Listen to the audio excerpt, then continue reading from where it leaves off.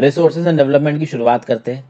अगर हम अपने तरफ के चारों तरफ के इन्वायरमेंट की बात करें तो आप देखिए, हमारी ज़रूरतों के पूरा करने के लिए हमारे इन्वायरमेंट में सब चीज़ें अवेलेबल हैं, बशर्ते कुछ शर्त हैं इसमें कि हमें अपनी नीड्स को सेटिस्फाई करने के लिए हमारे चारों तरफ के जो रिसोर्सेज हैं उनको इस्तेमाल करने के लिए किस हद तक हमारे पास टेक्नोलॉजी है और किस लेवल पे हम उनको इस्तेमाल कर रहे हैं, इस बात पे बहुत चीज़ें डिपेंड करती हैं। जैसे कि फॉर एग्जांपल अगर आप primary sector of the economy की बात करो तो केवल एग्रीकल्चर में चीज़ें चल रही हैं। सेकेंडरी सेक्टर पे आ जाइए तो मैन्युफैक्चरिंग आ जाती है। टर्शरी सेक्टर पे आ जाइए तो सर्विस सेक्टर आ जाती है। तो एक समय था जब एंशिएंट मैन जीता था, उसकी ज़िंदगी की रिक्वायरमेंट्स पूरी हो रही है। आज की डेट में जो मॉडर्न ह्यूमन है वो जीता है, उसकी ज़िंदगी की रिक्वायरमेंट्स पूरी हो रही हैं। बट रिसोर्सेज का इस्तेमाल ये दोनों लोग अलग अलग तरीके से कर रहे हैं। जैसे जैसे हमारी टेक्नोलॉजी आगे बढ़ रही है, रिसोर्सेज के इस्तेमाल करने का तरीका बदल रहा है। तो यहाँ पे लिखा क्या है, everything available in our environment which can be used to satisfy our needs provided it is technologically accessible, economically feasible and culturally acceptable is termed as resource। यानी रिसोर्स कौन होगा, एक ऐसी चीज जो हमारे नीड्स को सेटिस्फाई कर सकती है बशर्ते कि वो टेक्नोलॉजिकली एक्सेसिबल हो, यानी उसका इस्तेमाल करने की टेक्नोलॉजी हो हमारे पास, इकोनॉमिकली फीजिबल हो, यानी कि उसको हम एक इकोनॉमिकली प्रॉपर वे में इस्तेमाल कर सकें, यानी कि उसको इस्तेमाल करने में हमारा उसके बेनिफिट से ज़्यादा खर्चा ना हो, और तीसरा कल्चरली एक्सेप्टेबल हो, यानी कि हमारे कल्चर में उसकी एक्सेप्टेंस हो। तो अगर हम बात करें, यहाँ पे आपको फिगर 1.1 दिख रहा है, तो ह्यूमन बींग्स तीन चीज़ों के बीच में घूम रहे हैं, इंस्टीट्यूशंस, फिजिकल एनवायरनमेंट और technology. Interdependent relationship between nature, technology and institutions, इनके बारे में भी धीरे धीरे बात करेंगे। आगे बढ़ने से पहले दोस्तों वीडियो पे लाइक का बटन, देखिए ज्योग्राफी की बिल्कुल टेंशन मत लीजिए, क्लास 10 की ज्योग्राफी में पहुंच गए। जब तक मैं 12वीं कक्षा की ज्योग्राफी खत्म करूंगा, आपकी ज्योग्राफी के सिलेबस को खत्म कर दूंगा मैं। यूपीएससी के लिए इससे अच्छी ज्योग्राफी आपको कहीं भी नहीं मिलेगी। तो अगर अब तक मेरी छठी क्लास, 7वीं क्लास, 8वीं क्लास, 9वीं क्लास की ज्योग्राफी आपने नहीं पढ़ी तो पहले जाके आप वो पढ़िए। उनकी प्लेलिस्ट में मैंने जितनी वीडियोस डाली हैं वो पढ़िए। ओके, साथ साथ मैंने एक और ज्योग्राफी की प्लेलिस्ट मेंटेन कर रखी है अपने चैनल पे, अगर आपको समय मिले तो उसको भी देखिए। प्लस 10th 11th 12th देखिए, उसके बाद अगर कुछ बचेगा तो वो भी खत्म कर दूंगा, आपके 2021 के प्रीलिम्स के लिए ज्योग्राफी पूरी हो जाएगी। इनफैक्ट अगर आप स्कूल एजुकेशन के लिए भी पढ़ रहे हो, this is more than enough. फिर अब देखिए, the process of transformation of things available in our environment involves N interactive relation between nature, technology and institution. ये जो आपको यहाँ पे फिगर दिखा रखा था ना कि भैया फिजिकल एनवायरनमेंट, टेक्नोलॉजी और इंस्टीट्यूशन, इन तीन चीज़ों के इंटरप्ले से हमारी सारी रिक्वायरमेंट्स पूरी हो रही। कुल मिला के कहा यह जा रहा है कि इंस्टीट्यूशंस, फिर इन्वायरमेंट में जो चीज़ें अवेलेबल हैं, हमारा जो फिजिकल एनवायरनमेंट हो, तीसरा ह्यूमन बींग्स, तीसरा आपका टेक्नोलॉजी, ये तीन चीज़ें जब आपस में इंटरैक्टिव तरीके से मतलब एक दूसरे के साथ इंटरैक्ट करेंगे, और वो एक दूसरे के साथ इंटरैक्ट कैसे करेंगी, ऑब्वियसली बात ह्यूमन बींग्स के थ्रू करेंगे। तो ये जो ह्यूमन बींग्स हैं, ये नेचर के साथ किसके बेसिस पे इंटरैक्ट करते हैं, टेक्नोलॉजी के बेसिस पे, और इंस्टीट्यूशंस को बनाते हैं to accelerate the economic development. For example आप देखो दोस्तों कि आपको अपने घर में बिजली चाहिए, अभी बिजली चाहने के लिए आपको कोल चाहिए, कोल की आपको माइनिंग करनी पड़ेगी, अभी उस माइनिंग करने के लिए एक अलग इंडस्ट्री बनानी पड़ेगी, कोल माइनिंग इंडस्ट्री। उसके बाद एक पूरा का पूरा कोल की माइनिंग को इस्तेमाल करने के लिए आपको पहले तो टेक्नोलॉजी डेवलप करनी पड़ी, फिर आपको ऐसे इंस्टीट्यूट्स बनाने पड़े कि आपने अपनी इकोनॉमिक डेवलपमेंट को तेज करा। ये इंस्टीट्यूट्स बहुत तरीके के होंगे, प्राइवेट, गवर्नमेंट, जिसमें रिसर्च एंड डेवलपमेंट पे भी ध्यान दिया जाएगा, किसी चीज़ के सस्टेनेबल यूटिलाइजेशन पे भी ध्यान दिया जाएगा, किसी रिसोर्स को कैसे एक्सट्रैक्ट करना है इस चीज़ पे भी ध्यान दिया जाएगा। इन इंस्टीट्यूशंस में ह्यूमन रिसोर्स का डेवलपमेंट होता है। अभी जैसे जैसे आप आगे पहुंचेंगे ये सब चीज़ें आपको समझ में आने लगेंगी। लेकिन यहाँ पे एक बहुत इंपॉर्टेंट सवाल है कि जब भी रिसोर्स के एक्सप्लॉयटेशन की बात होती है, हमें ऐसा लगता है कि रिसोर्स वो गिफ्ट है नेचर के जो फ्री हैं, जो हमेशा अवेलेबल रहेंगे, कभी ख़त्म नहीं होंगे, जबकि ऐसा है नहीं। रिसोर्सेज खत्म होते हैं, resources basically are a function of human activities. Human beings भी अपने आप में रिसोर्स है, जिसको आप ह्यूमन रिसोर्स बोलते हो। एट द एंड आप जो कुछ भी कर रहे हो अपने एनवायरनमेंट में, वो आप अपने दिमाग के दम पे कर रहे हो। आपका दिमाग क्या है, this is a human resource. आप अपने दिमाग का इस्तेमाल करके मटेरियल्स को कुछ इस तरीके से ट्रांसफॉर्म कर रहे हो कि अपने एनवायरनमेंट की चीज़ों को आप अपने रिसोर्सेज में बदल रहे हो और उनका इस्तेमाल कर रहे हो। कि अगर रिसोर्सेज की क्लासिफिकेशन की बात की जाए तो ऑरिजिन के बेसिस पे क्लासिफाई करेंगे तो बायोटिक एंड एबायोटिक, एग्जॉस्टिबिलिटी की बेसिस पे क्लासिफाई करेंगे तो renewable and non renewable. Exhaustibility मतलब कितनी दिन चलेंगे, कितनी जल्दी खत्म होंगे। ओनरशिप की बेसिस पे आप क्लासिफाई करोगे तो individual, community, national and international. On the basis of status of development के बेसिस पे क्लासिफाई करोगे पोटेंशियल, डेवलप्ड स्टॉक्स, रिजर्व्स। ये सब के टाइप्स मैं बहुत डिटेल से भी थोड़ी देर में आपके साथ बात करूंगा। सब कुछ लिखा है, पेशेंस रखिए। तो रिसोर्सेस दो तरीके से यहाँ क्लासिफाई किए गए इस फ्लो चार्ट में। एक है नेचुरल रिसोर्स, दूसरे है ह्यूमन रिसोर्स। नेचुरल रिसोर्स को बांटा रेन्यूएबल रिसोर्स में, नॉन रेन्यूएबल। रेन्यूएबल मतलब कि जो खत्म नहीं होंगे उनको आप रिन्यू कर सकते हो, दोबारा इस्तेमाल कर सकते हो। नॉन रेन्यूएबल जो एक बार इस्तेमाल हो गए फिर दोबारा इस्तेमाल नहीं हो सकते। नॉन रेन्यूएबल में आपके नॉन रिसाइक्लेबल फॉसिल फ्यूल्स जैसे कि कोल, नेचुरल गैस, इस तरीके की चीज़ें आती हैं। रिसाइक्लेबल मेटल्स भी आपके नॉन रेन्यूएबल में आते हैं।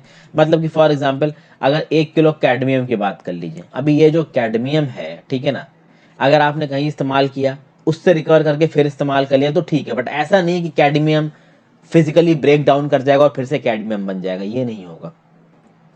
तो कैडमियम की एक फिक्स्ड क्वांटिटी अवेलेबल है हमारे अर्थ पे, जो कि ना ज़्यादा बढ़ रही है ना ज़्यादा कम हो रही है। तो ये तो हो गया नॉन रेन्यूएबल रिसोर्सेज। कैडमियम मैंने बस एक एग्जाम्पल दिया है, आयरन बहुत तरीके एग्जाम्पल आप ले सकते हो। वहीं पर रेन्यूएबल रिसोर्सेज क्या होते हैं कि भैया बायोलॉजिकल रेन्यूएबल रिसोर्स और कंटिन्यूस और फ्लो रिसोर्स। अभी बायोलॉजिकल रिसोर्स में आपका वाइल्ड लाइफ भी आती है, नेचुरल वेजिटेशन भी आता है, फॉरेस्ट है, ठीक है ना। फॉरेस्ट को आप काट दो तो फिर से फॉरेस्ट उग जाएंगे, हालांकि इन फॉरेस्ट को उगने में काफ़ी समय लगता है। वाइल्ड लाइफ की आप बात करो तो भाई वाइल्ड लाइफ रेगुलरली अपने आप को रिप्रोड्यूस करती रहती है। तो भाई हिरन मरेगा तो उसके ऑफ स्प्रिंग्स होंगे, शेर मरेगा उनके ऑफ स्प्रिंग्स होंगे। रेन्यूएबल एनर्जी में और चीज़ों की बात की जाए तो continuous renewable energy, flow energy. इसका क्या मतलब होता है, देखिए फ्लो एनर्जी का मतलब क्या होता है दोस्तों, जैसे कि विंड है, अभी वो फ्लो कर रही है, तो इसका अगर आपको इस्तेमाल करना है तो जहां पे वो चीज फ्लो करके पहुंच रही है उसके प्लेस ऑफ प्रेजेंस पे आपको इस्तेमाल करना पड़ेगा। जैसे कि फॉर एग्जांपल नेचुरल में रेन्यूएबल एनर्जी में फ्लो एनर्जी की बात कर रहा हूँ, तो फ्लो एनर्जी से विंड बहती जा रही है, अभी जहां वो बह के जा रही है वहां पे आपको विंड प्लांट लगा के उसकी एनर्जी को हार्नेस करना पड़ेगा, क्योंकि वो फ्लो एनर्जी है। जिस जगह पे फ्लो कर रही है वहां पे आपको इसको इस्तेमाल करना पड़ेगा। उसी तरीके से आप टाइडल एनर्जी की बात कर लीजिए, जहां पे वेव्स आ रही हैं वहां पे आपको इस्तेमाल करना पड़ेगा। हालांकि टाइडल एनर्जी में कॉन्टिन्यूस एनर्जी भी आ जाती है, जैसे कि वेव्स लगातार चलती रहती हैं तो वेव्स का इस्तेमाल करके आप एनर्जी पैदा कर सकते हो। टाइड लगातार आती रहती है तो टाइड का इस्तेमाल करके, पानी का प्रेशर इस्तेमाल करके आप एनर्जी पैदा कर सकते हो। अभी इन सब चीज़ों के क्लासिफिकेशन में कंफ्यूज बिल्कुल मत होइएगा, सब कुछ एक एक करके मैं समझा रहा हूँ आपको, बस पेशेंस के साथ सुनते रहिए। सबसे पहले type of resources on the basis of origin. यहाँ पे बात हो रही है बायोटिक रिसोर्सेज की, एबायोटिक रिसोर्सेज की। यहाँ पे अब ऐसी बहुत सी चीज़ें आएंगी, अगर किसी ने मेरे इन्वायरमेंट की प्लेलिस्ट देखी है, मेरे चैनल पे पड़ी हुई है, तो यहाँ पे ज़्यादातर चीज़ें जो मैं डिस्कस करने वाला हूँ मैं पहले पढ़ा चुका हूँ, बट एक एक करके आपके साथ सारी चीज़ें डिस्कस करनी है तो फिर से पढ़ाऊंगा। बायोटिक रिसोर्स में क्या आता है भैया, देखिए बायोस्फीयर में जो जो रिसोर्सेज मिलते हैं आप उनको बोलोगे बायोटिक रिसोर्सेज, जिसमें आपके ह्यूमन बींग्स आ जाएंगे, flora, fauna, fisheries, like stock, हाँ मतलब जो लिविंग है, ठीक है ना। बायोटिक रिसोर्सेज में बहुत सारी नॉन लिविंग थिंग्स भी मिलती हैं, जो लिविंग थिंग्स हैं आपकी बायोटिक रिसोर्सेज में वो बायोटिक रिसोर्सेज हो जाएंगी, मतलब आपके आसपास जो बायोस्फीयर है उसमें जो लिविंग थिंग्स है वो बायोटिक रिसोर्सेज हो जाएंगी। वही जो नॉन लिविंग थिंग्स है वो आपके एबायोटिक रिसोर्सेज हो जाएंगे, जैसे रॉक्स, मेटल, हवा, पानी, ये सब एबायोटिक रिसोर्सेज हैं। फिर अगर आप बात करो on the basis of exhaustibility, यानी कौन सी चीज़ कितने समय के लिए है, तो सबसे पहले अगर आप बात करो रेन्यूएबल सोर्सेज की, ये वो सोर्सेज हैं जो रिन्यू हो सकते हैं, रिप्रोड्यूस हो सकते हैं। अब वो फिजिकल प्रोसेस से रिप्रोड्यूस हो रहे हैं, केमिकल से हो रहे हैं, मैकेनिकल से हो रहे हैं, उससे मतलब नहीं है। वो रेन्यूएबल है, रिप्लेनिशेबल है, मतलब वो खत्म नहीं होंगे। तो सोलर पावर एक ह्यूमन लाइफ स्पैन में तो खत्म नहीं होगी, wind power human life span में खत्म होती नहीं नजर आ रही है। फिर आप वाटर, फॉरेस्ट, वाइल्ड लाइफ, ये खत्म होते नहीं नजर आ रहे हैं अगर हम इनको ठीक तरीके से कंजर्व करें। अभी फॉरेस्ट को अगर आप बेधड़क काटना शुरू कर दोगे तो फिर वो रेन्यूएबल रिसोर्स नहीं रहेंगे, वो खत्म हो जाएंगे। अमेजोन रेन फॉरेस्ट की अगर आज की डेट में आप बात करो दोस्तों, कितने घने फॉरेस्ट हैं, इनको कहा जाता है लंग्स ऑफ द वर्ल्ड। अब अगर आप इन अमेजन रेन फॉरेस्ट को पूरा काट दोगे तो क्या लगता है कि आपके लाइफ स्पैन में ये रिप्लेनिश हो जाएंगे? अरे भाई हजारों साल लगते हैं ऐसे फॉरेस्ट को बनने में, ठीक है ना। कुछ स्पेसिफिक इन्वायरमेंटल और जियोलॉजिकल कंडीशंस मिली कि इतने बड़े फॉरेस्ट बन गए। अभी दोबारा इतने बड़े फॉरेस्ट बन जाए बहुत मुश्किल है। ओके, तो रेन्यूएबल सोर्सेज भी ऐसा नहीं है कि भैया आप बेधड़ल्ले से इस्तेमाल किए ही जा रहे हो तो वो हमेशा रहेंगे ही, नहीं रहेंगे, खत्म हो जाएंगे। आगे बात करिए नॉन रेन्यूएबल सोर्सेज। देखिए ये तो बनते हैं एक बड़े जियोलॉजिकल टाइम पे, लंबे जियोलॉजिकल टाइम पे, जैसे मिनरल्स, फॉसिल फ्यूल्स। तो पहले के जमाने में कोई ऐसा कैटास्ट्रॉफिक इवेंट रहा होगा जहां पे मेजर स्केल पे जानवर मर गए होंगे, पेड़ दब गए होंगे, वो हजारों साल तक, मिलियंस ऑफ ईयर्स तक दबे रहे और फिर कोयले में या नेचुरल गैस में बदल गए। अभी वो नहीं हो सकता कि अभी के लिए आप पेड़ दबा दो और मिलियंस ऑफ ईयर्स का इंतजार करो, क्योंकि हमें यही नहीं पता है कि 500 साल बाद क्या होने वाला है, ठीक है। तो first of all non renewable resource में वो लोग आए जिनको मिलियंस ऑफ ईयर्स लगे बनने में। अभी इसमें भी कुछ ऐसे फॉसिल फ्यूल्स हैं जिनको एक बार आपने इस्तेमाल कर लिया तो आप इनको दोबारा इस्तेमाल नहीं कर सकते, वो खत्म हो जाएंगे, जैसे कि कोयला, वो एग्जॉस्ट हो जाएगा। कुछ ऐसे हैं जैसे मेटल्स, भाई वो रिसाइक्लेबल है। तो अगर एक बार आपको कैडमियम का इस्तेमाल आपने किसी इलेक्ट्रॉनिक आइटम में किया, जब आप उस इलेक्ट्रॉनिक आइटम को डिस्कार्ड करोगे, ई वेस्ट को डिस्कार्ड करोगे, तो कुछ हद तक आप कैडमियम रिकवर कर सकते हो।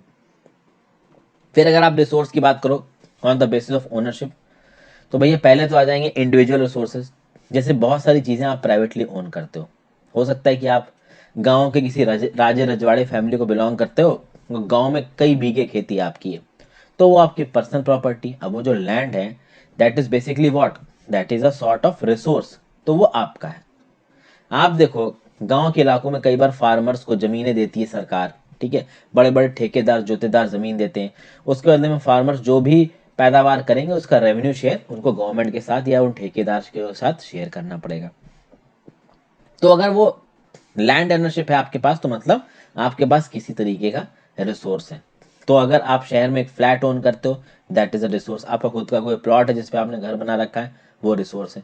आपका कोई पास्चर लैंड है, रिसोर्स है। तो अभी ऐसा भी होता है कि भैया कोई बहुत बड़े अमीर टाइप के लोग होते हैं, तो उनके हवेली के अंदर एक छोटा सा पॉन्ड होता है, तो उनका पर्सनल रिसोर्स है। तो ये तो हो गए आपके इंडिविजुअल ओनरशिप वाले रिसोर्सेज। आपके घर में ऐसे बहुत से रिसोर्स हैं, आप घर में जो बर्तन बनाते हैं, जिसमें खाना आप बनाते हो, वो आपके पर्सनल रिसोर्स हैं, क्योंकि उनको सिर्फ आपके घर के लोग ही इस्तेमाल कर रहे हैं, कोई बाहर वाला आके इस्तेमाल नहीं कर रहा, वो कम्युनिटी के नहीं है, आपके खुद के। कम्युनिटी ओन रिसोर्सेज क्या होते हैं, जिनका एक्सेस सबको होता है। तो ग्रेजिंग ग्राउंड्स जहाँ पे गाय भैंसे चरती हैं, बरियल ग्राउंड्स जहाँ पे मुर्दों को दफनाया जाता है, जलाया जाता है। फिर जो विलेज के पॉन्ड्स होते हैं बड़े बड़े, जहाँ पे भैंसें आके बिल्कुल ग्रुप में नहा रही होती हैं, कभी कभी बच्चे भी तैर तार के नहा रहे होते हैं। Public parks, picnic spots, play grounds, camping grounds, ये सब क्या है, ये सब कम्युनिटी ओन्ड रिसोर्सेज है। ये किसी एक के नहीं है, कोई भी इसको इस्तेमाल कर सकता है। फिर बात करते हैं नेशनल रिसोर्सेज। एक कंट्री की जोग्राफिकल बाउंड्री के अंदर, इनफैक्ट जोग्राफिकल बाउंड्री नहीं बोलना चाहिए, वो हर जगह जहां पे उसका इन्फ्लुएंस है। तो एक कंट्री की नॉर्मली हम बोला जाए उसकी बाउंड्री के अंदर जितनी भी जगह है, वहां पे जितने भी रिसोर्सेज मिलते हैं वो नेशन को बिलोंग करते हैं। और हर कंट्री के पास ये लीगल पावर्स है कि वो उसका इस्तेमाल अपने प्राइवेट गुड, अपने पब्लिक गुड के लिए कर सकते हैं। जैसे फॉर एग्जाम्पल आप देखोगे सड़कें बनाई जाती हैं, कैनाल बनाए जाते हैं, रेलवेज बनाए जाते हैं। अभी कभी कभी इनको बनाने में कुछ इंडिविजुअल्स की प्रॉपर्टी के ऊपर से भी चीज़ें निकाल दी जाती हैं। तो उस केस में सरकार को हक होता है कि जिस इंडिविजुअल की प्रॉपर्टी है उससे उसकी प्रॉपर्टी को खरीद लिया जाए। अर्बन डेवलपमेंट अथॉरिटीज़ के पास ये ताकत होती है। अगर आप मुंबई में आते हो तो मुंबई में ऐसी एक अथॉरिटी है जिसका नाम है सिडको। क्या फुल फॉर्म है, the city and industrial development corporation of Maharashtra limited. अभी सिडको क्या चाहेगा कि मान लीजिए नवी मुंबई में किसी जमीन को ऑक्युपाई करना है, उसके ऊपर कुछ कंस्ट्रक्शन करना है, तो सिडको कर सकता है। तो भाई मेट्रो लगानी नवी मुंबई में, तो सिडको लैंड का आप कह सकते हो मतलब एलोकेशन कर सकता है, लैंड को ले सकता है। मान लीजिए किसी बड़े बिल्डर ने बिल्डिंग बनवाई नवी मुंबई में, तो सिडको उसको ऑक्यूपेंसी सर्टिफिकेट देगा। तो इस तरीके का काम अर्बन डेवलपमेंट अथॉरिटी होती है। और अर्बन डेवलपमेंट अथॉरिटी को वहाँ की जो सरकारें हैं ये ताकत देती हैं कि भाई अगर आपको लगता है कि पब्लिक गुड के लिए किसी प्रॉपर्टी को लेना है तो आप ले सकते हो। फिर भाई एक नेशनल बाउंड्री के अंदर जितने भी मिनरल्स मिलते हैं, water resources, forest, wild life, वो उस कंट्री की धरोहर होते हैं। इनफैक्ट हमारे देश की बाउंड्री से 12 नॉटिकल माइल्स तक का जो इलाका है, जो कि लगभग 22.2 किलोमीटर होता है, जिसको बोला जाता है टेरिटोरियल वाटर, वहां पे जितने भी रिसोर्सेज होंगे वो उसी कंट्री के होंगे। कुछ होता है ना, आपको पता है, टेरिटोरियल वाटर, फिर कंटीजियस जोन, फिर exclusive economic zone, 12 nautical miles, 24 nautical miles, 200 nautical miles. UNCLOS का नाम सुना होगा आपने, United Nations Convention on the Law of Seas, इसके बेसिस पे ये सब चीजें डिसाइड की जाती हैं। करंट में मैं अक्सर कर बताता जाता हूँ, आप मेरे एडिटोरियल वीडियोस को देखिए, आपको पता चलेगा। फिर नेशनल रिसोर्सेज के अलावा इंटरनेशनल रिसोर्सेज भी होते हैं। तो जैसे कि मैंने आपको बताया 200 नॉटिकल माइल तक एक्सक्लूसिव इकोनॉमिक जोन है। अभी 200 नॉटिकल माइल के आगे अगर आप इंडियन ओशन में चले जाओगे तो फिर वहां पे आपका राज नहीं चलेगा, वहां पे चीजों का एलोकेशन होगा इंटरनेशनल इंस्टीट्यूशंस के हिसाब से। ओके, और वहां पे कोई एक इंडिविजुअल कंट्री अपना राइट क्लेम नहीं कर सकती। तो अगर इंडियन ओशन में 200 नॉटिकल माइल्स के आगे जाके हमको कुछ एक्सप्लोरेशन करना है तो हमको कंसर्न अथॉरिटी से परमिशन लेनी पड़ेगी। जैसे इंडिया को मैंगनीज नोड्यूल्स की माइनिंग करनी थी इंडियन ओशन में, तो एक स्पेसिफिक एरिया इंडिया को अलॉट किया गया इंटरनेशनल ऑर्गेनाइजेशंस के द्वारा। नीचे कमेंट में बताइए वो कौन सा स्पेसिफिक इंटरनेशनल ऑर्गेनाइजेशन है जिसने मैग्नेट ये मैंगनीज नोड्यूल्स की माइनिंग के लिए इंडिया को परमिशन दी, कहां पे, एक्सक्लूसिव इकोनॉमिक जोन के बाहर। आगे चलते हैं। On the basis of the status of development, इसके बेसिस पे बात किया जाए तो सबसे पहले बात करते हैं पोटेंशियल रिसोर्सेज की। पोटेंशियल रिसोर्सेज क्या होते हैं? Resources which are found in a region but have not been utilised. For example, Rajasthan और गुजरात में विंड एनर्जी का और सोलर एनर्जी का बहुत पोटेंशियल है, बट इस पोटेंशियल को ठीक से डेवलप नहीं किया गया है। तो wind energy, solar energy, these have huge potentials in India, but इस पोटेंशियल को नहीं डेवलप कर पाए। क्यों? क्योंकि हमारे पास फंडिंग नहीं है, कभी कभी हमारे पास टेक्नोलॉजी नहीं है, तो कभी कभी हम पोटेंशियल रिसोर्सेज को पूरी तरीके से इस्तेमाल नहीं कर पाते। डेवलप्ड रिसोर्सेज की बात की जाए, ये वो रिसोर्सेज हैं जिसको हम सर्वे कर चुके हैं, उसकी क्वालिटी क्वांटिटी को देख चुके हैं, हम देख चुके हैं इसको कैसे यूटिलाइज किया जा सकता है। ठीक है, हमारे पास इसकी टेक्नोलॉजी भी है। ओके, किस हद तक हम इसको यूटिलाइज कर पाएंगे ये इस बात पे डिपेंड करेगा कि वो कितना फीजिबल है, कितना इकोनॉमिकल है, कितना टेक्नोलॉजिकली अवेलेबल है। फॉर एग्जांपल, हमारे इंडिया में वर्ल्ड के 10th मतलब टॉप 10 जो कोल के एरियाज हैं पूरे दुनिया में, मतलब पूरी दुनिया में जहां जहां पे भी कोयला मिलता है, इंडिया टॉप 10 में आता है। लेकिन तब भी इंडिया कोयला बाहर से इंपोर्ट करता है। इंडिया चाहे तो इंडिया के अंदर कोल की माइनिंग कर सकता है, क्योंकि coal is a developed resource inside India. हमारे पास कोल माइनिंग करने की टेक्नोलॉजी भी है, सब कुछ है, लेकिन कभी कभी हम नहीं कर पाते। क्यों? इन्वायरमेंटल क्लियरेंसेस नहीं मिलते हैं। वेस्टर्न घाट्स के जंगल काटोगे, छत्तीसगढ़ झारखंड के जंगल काटोगे, तो नेशनल ग्रीन ट्राइब्यूनल और सुप्रीम कोर्ट पीछे पड़ाने के लिए बैठे। अभी देखिए इसके लिए कितनी बहस चल रही करंट अफेयर्स में। अगर आप करंट की वीडियोस देखते होंगे मेरी तो आपको पता होगा। फिर बात करते हैं स्टॉक की। स्टॉक क्या होता है?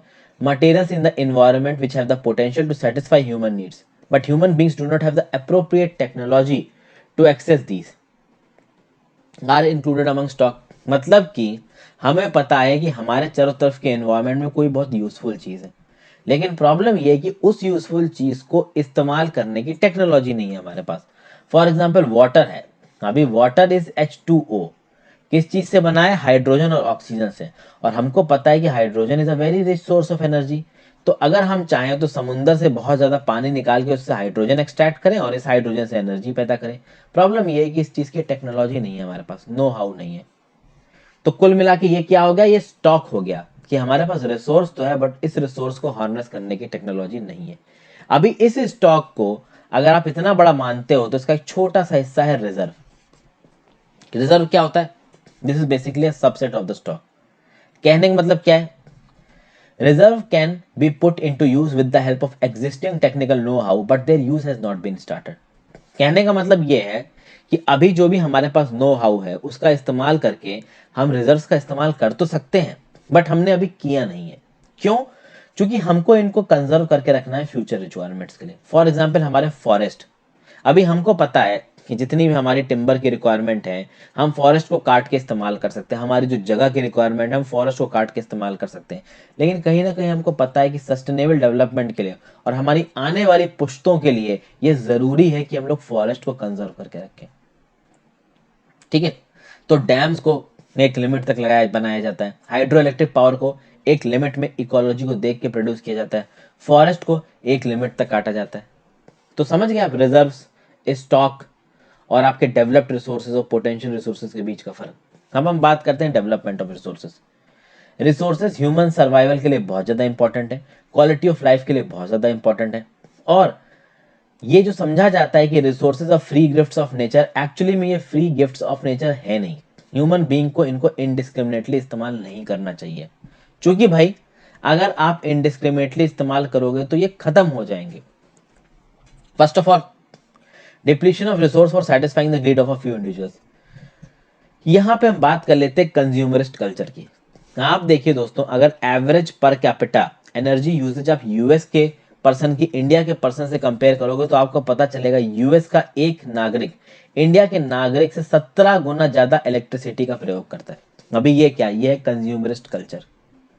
तो भाई अगर कुछ लोग, कुछ इंडिविजुअल्स जो कि ताकतवर हैं, जो कि पैसे वाले हैं, जो कि ग्रीडी हैं, अगर वो एक लिमिट से ज्यादा कंज्यूमरिस्ट कल्चर को प्रमोट करेंगे तो हमारे रिसोर्सेज जल्दी खत्म हो जाएंगे। तो कुछ इंडिविजुअल्स की ग्रीड को शांत करने के लिए हमारा रिसोर्स डिप्लीट हो जाएगा। दूसरा क्या है कि अगर रिसोर्सेज का एक्यूमुलेशन कुछ स्पेसिफिक हाथों में हो गया तो सोसाइटी दो भागों में बढ़ जाएगी। एक होगा रिच और एक होगा पुअर। एक ऐसा सेक्शन होगा जिसके पास सब कुछ होगा, एक ऐसा सेक्शन होगा जिसके पास कुछ भी नहीं होगा। तो ये सही नहीं है। फिर भाई अगर आप इनडिस्क्रिमिनेट एक्सप्लॉयटेशन करते हो रिसोर्सेज का तो जबरदस्त लेवल पे ग्लोबल इकोलॉजिकल क्राइसिस आएगी, ग्लोबल वार्मिंग होगी, ओजोन लेयर का डिप्लेशन होगा, इन्वायरमेंटल पॉल्यूशन होगा और लैंड डिग्रेडेशन होगा। और ये सारी चीजें हमारे लिए खतरनाक हैं। इन सब चीजों के बारे में आप जानना चाहते हैं तो मेरी इन्वायरमेंट की प्लेलिस्ट को रेफर करिए, मैंने अपने चैनल पे बना रखी है। तो भैया equitable distribution of resources is very important, क्योंकि जब इक्विटेबल डिस्ट्रीब्यूशन ऑफ रिसोर्सेज होगा तो भाई सबको बराबर बराबर का हक मिलेगा। अभी सबको बराबर बराबर का हक मिलेगा तो जो कल्चरल कॉन्फ्लिक्ट्स होते, कास्ट कॉन्फ्लिक्ट्स होते, इकोनॉमिक कॉन्फ्लिक्ट्स होते, पानी के पीछे जो लड़ाइयां होती हैं वो नहीं होंगी। तो भाई कुछ लोगों की ग्रीड की वजह से आप एक्सेसिव यूटिलाइजेशन करो रिसोर्सेज का, वो सही नहीं है। जरूरी है कि रिसोर्सेज को इक्विटेबल तरीके से इस्तेमाल किया जाए। उसके लिए सस्टेनेबल एग्जिस्टेंस को प्रमोट करना है तो पहले रिसोर्स प्लानिंग करनी पड़ेगी। सस्टेनेबल डेवलपमेंट के लिए, सस्टेनेबल एग्जिस्टेंस के लिए रिसोर्स प्लानिंग बहुत ज़्यादा इंपॉर्टेंट है। अभी जब सस्टेनेबल डेवलपमेंट की बात आती है तो हमारे दिमाग में क्या आता है? हमारे दिमाग में आता है United Nations Conference on Environment and Development UNCED, जो कि Brazil Earth Summit Rio de Janeiro में हुई थी 1992। तो भैया 1992 जून में 100 हेड्स ऑफ स्टेट्स ब्राजील के रियो डी जेनेरियो शहर में मिले। बहुत ही खूबसूरत शहर है। हालांकि कोरोना के बाद तो एकदम ही बवाल हो गया था यहाँ पे, बट यहाँ पे पहले इंटरनेशनल अर्थ समिट हुई। क्या काम था इंटरनेशनल अर्थ समिट का? अर्जेंट प्रॉब्लम्स देखनी थी इन्वायरमेंटल प्रोटेक्शन से रिलेटेड, सोशियो इकोनॉमिक डेवलपमेंट से रिलेटेड ग्लोबल लेवल पे। जितने भी लीडर्स आए थे सबने मिलकर साइन किया declaration on global climatic change and biological diversity. तो देखिए ये जो रियो कन्वेंशन था इसने ग्लोबल फॉरेस्ट प्रिंसिपल्स को एंडोर्स किया। मतलब दुनिया भर में जो इंटरनेशनल ऑर्गेनाइजेशंस हुई थी, कुछ इनफॉर्मल समिट्स हुए थे, वहाँ पे बातचीत करते थे लीडर्स कि हाँ भाई फॉरेस्ट को बचा के रखेंगे। तो कुछ बेसिक फॉरेस्ट प्रिंसिपल्स थे जो ऑलरेडी एग्जिस्टेंस में थे, तो बोला गया कि भैया फॉरेस्ट प्रिंसिपल्स को हम लोग मानेंगे। साथ साथ एजेंडा 21 की बात की गई और एक चीज की बात की गई, sustainable development in 21st century. तो जब भी ये 1992 वाली अर्थ समिट की बात होती है, यहाँ पे एजेंडा 21 और सस्टेनेबल डेवलपमेंट ये दो शब्द सबसे ज्यादा जरूरी होते हैं। अब देखते हैं एजेंडा 21 क्या है। एक और बात, ये जो 1992 की अर्थ समिट है इसको बोला जाता था United Nations Conference on Environment and development. आपको पता है सीधे सीधे ये पूछ दिया था यूपीएससी ने United Nations Conference on Environment and development के बारे में। शायद 2014 या 2013 के प्रीलिम्स में ये क्वेश्चन था। आगे बढ़ने से पहले दोस्तों वीडियो पे लाइक का बटन, अगर आपको मेरी वीडियोस की नोटिफिकेशन नहीं मिल रही है तो टेलीग्राम चैनल ज्वाइन करिए। मैं अपने जो व्यूअर्स हैं उससे सबसे पहले अगर कोई अपडेट दूंगा तो टेलीग्राम में दूंगा, तो टेलीग्राम पे आप ज्वाइन कर सकते हैं। अगर आप मुझसे कुछ बातचीत करना चाहते हैं कुछ स्पेसिफिक बारे में तो आप मुझे इंस्टाग्राम पे फॉलो करके मैसेज भी कर सकते हैं, वहाँ पे भी अपडेट्स मिल जाएंगे। साथ साथ मेरे द्वारा बनाई गई आपकी प्रिपरेशन से रिलेटेड वीडियोस के लिए आप मुझे मेरे चैनल के मेंबर भी बन सकते हैं ज्वाइन बटन को दबा के। सबसे पहले देखते हैं एजेंडा 21 क्या है। ये it's a declaration signed by world leaders in 1992 at this UNCED Earth Summit जो कि ब्राजील में हुई थी। वहां पे इस एजेंडा 21 के डिक्लेरेशन पे हस्ताक्षर हुए थे। एजेंडा 21 क्या एम करता है? तो भाई ग्लोबल सस्टेनेबल डेवलपमेंट को मीट करना है, ये एम करता है। तो एजेंडा 21 एक ऐसा एजेंडा है जिससे हम क्या करेंगे, इन्वायरमेंटल डैमेज को कॉम्बैट करेंगे, पॉवर्टी को कम करेंगे, डिजीज से लड़ेंगे। किसके थ्रू, ग्लोबल कोऑपरेशन के थ्रू। ग्लोबल कोऑपरेशन होगा कॉमन इंटरेस्ट में, म्यूचुअल बेनिफिट्स में और शेयर्ड रिस्पॉन्सिबिलिटी। तो एनवायरनमेंट को हम नुकसान ना पहुंचाएं, इसके लिए सारी कंट्रीज आपस में शेयर्ड रिस्पॉन्सिबिलिटी लेंगी, एक रिस्पॉन्सिबल तरीके से काम करेंगी। और एक मेजर ऑब्जेक्टिव एजेंडा 21 का था कि that every local government should draw its own local agenda 21। मतलब हर देश की सरकार अपने देश में एनवायरनमेंट को सुधारने के लिए अपना खुद का एक एजेंडा 21 लेके आएगी। ज़्यादातर देश लेके भी आए हैं, लेकिन बहुत कम देशों ने इसके थीम पे एक्चुअली काम किया है। फिर हम लोग बात करते हैं रिसोर्स प्लानिंग की। देखिए, जब भी किसी चीज़ का हमको इस्तेमाल करना होता है और प्रॉपर तरीके से इस्तेमाल करना होता है तो उसमें प्लानिंग इन्वॉल्व होती है। रिसोर्सेज का अगर जुडिशियस यूज़ करना है तो आपकी प्लानिंग बहुत इंपॉर्टेंट हो जाती है, और ख़ासकर एक ऐसी कंट्री जहाँ पे अवेलेबिलिटी ऑफ रिसोर्सेज में बहुत सी डाइवर्सिटी है। डाइवर्सिटी मतलब हर जगह पे रिसोर्सेज की अवेलेबिलिटी यूनिफॉर्म तरीके से नहीं है। तो आपको देश में ऐसे बहुत से इलाके मिल जाएंगे जो रिसोर्सेज में बहुत रिच हैं, वहीं पे आपको कुछ ऐसे इलाके मिल जाएंगे जो रिसोर्सेज में बहुत ज़्यादा डेफिशिएंट हैं। कुछ ऐसे इलाके इंडिया में जो रिसोर्सेज में सेल्फ सफिशिएंट है, कुछ ऐसे इलाके हैं जहाँ पे रिसोर्सेज कम है। अच्छा, कुछ ऐसे इलाके हैं जहाँ पे कुछ रिसोर्सेज में सेल्फ सफिशिएंट है, कुछ एक्सेस है, कुछ है ही नहीं। तो यहाँ पे एक मिसमैच सा बनता नजर आ रहा है ओवरऑल देश की रिक्वायरमेंट्स में। एग्जाम्पल देखते, अगर आप बात करो जस्ट झारखंड, छत्तीसगढ़ और मध्य प्रदेश जैसे स्टेट्स की, तो भैया गजब के मिनरल डिपॉजिट्स और कोल डिपॉजिट्स मिलते हैं। अभी देश के सारे स्टेट्स में इतने मिनरल और कोल डिपॉजिट्स आपको नहीं मिलेंगे। वहीं पे अगर आप अरुणाचल प्रदेश जैसे स्टेट की बात करो तो वहाँ पे भैया अबंडेंस ऑफ पानी है। ब्रह्मपुत्रा वाली जो रिवर है वो भैया भर के बहती है, खूब पानी है। बट प्रॉब्लम ये है कि पानी तो खूब है लेकिन इंफ्रास्ट्रक्चर डेवलपमेंट नहीं है। तो उस पानी का एक लिमिट से ज़्यादा आप इस्तेमाल नहीं कर सकते, चूंकि रिसोर्स है, बट रिसोर्स को इस्तेमाल करने के लिए इंफ्रास्ट्रक्चर और टेक्नोलॉजी होनी ज़रूरी है। फिर बात की जाए राजस्थान की, तो राजस्थान में ज़बरदस्त पोटेंशियल है सोलर एनर्जी का, विंड एनर्जी का, लेकिन राजस्थान में पानी की कमी है, ड्राई स्टेट है, डेजर्ट स्टेट है। लद्दाख की बात करिए तो कोल्ड डेजर्ट से बहुत ही खूबसूरत इलाका, दुनिया भर के टूरिस्ट जाते हैं, कल्चरल हेरिटेज रिच है, बहुत ही ज़्यादा स्ट्रेटेजिक इलाका है, बट पानी नहीं है, इंफ्रास्ट्रक्चर नहीं है, वाइटल मिनरल्स नहीं है। आज तक वहाँ पे इंटरनेट की सुविधा भी प्रॉपर तरीके से नहीं समझ पहुंची है। तो कहीं ना कहीं आप देख सकते हो हमारे देश के अलग अलग हिस्से में डाइवर्सिटी है। तो इस डाइवर्सिटी को दूर करने के लिए सेंट्रलाइज्ड बेसिस पे और साथ साथ रीजनल और लोकल लेवल पे एक प्रॉपर रिसोर्स प्लानिंग करने की जरूरत है। और ये रिसोर्स प्लानिंग कुछ इस तरीके से करनी चाहिए कि भैया रिसोर्सेज को इक्विटेबल तरीके से डिस्ट्रीब्यूट किया जा सके।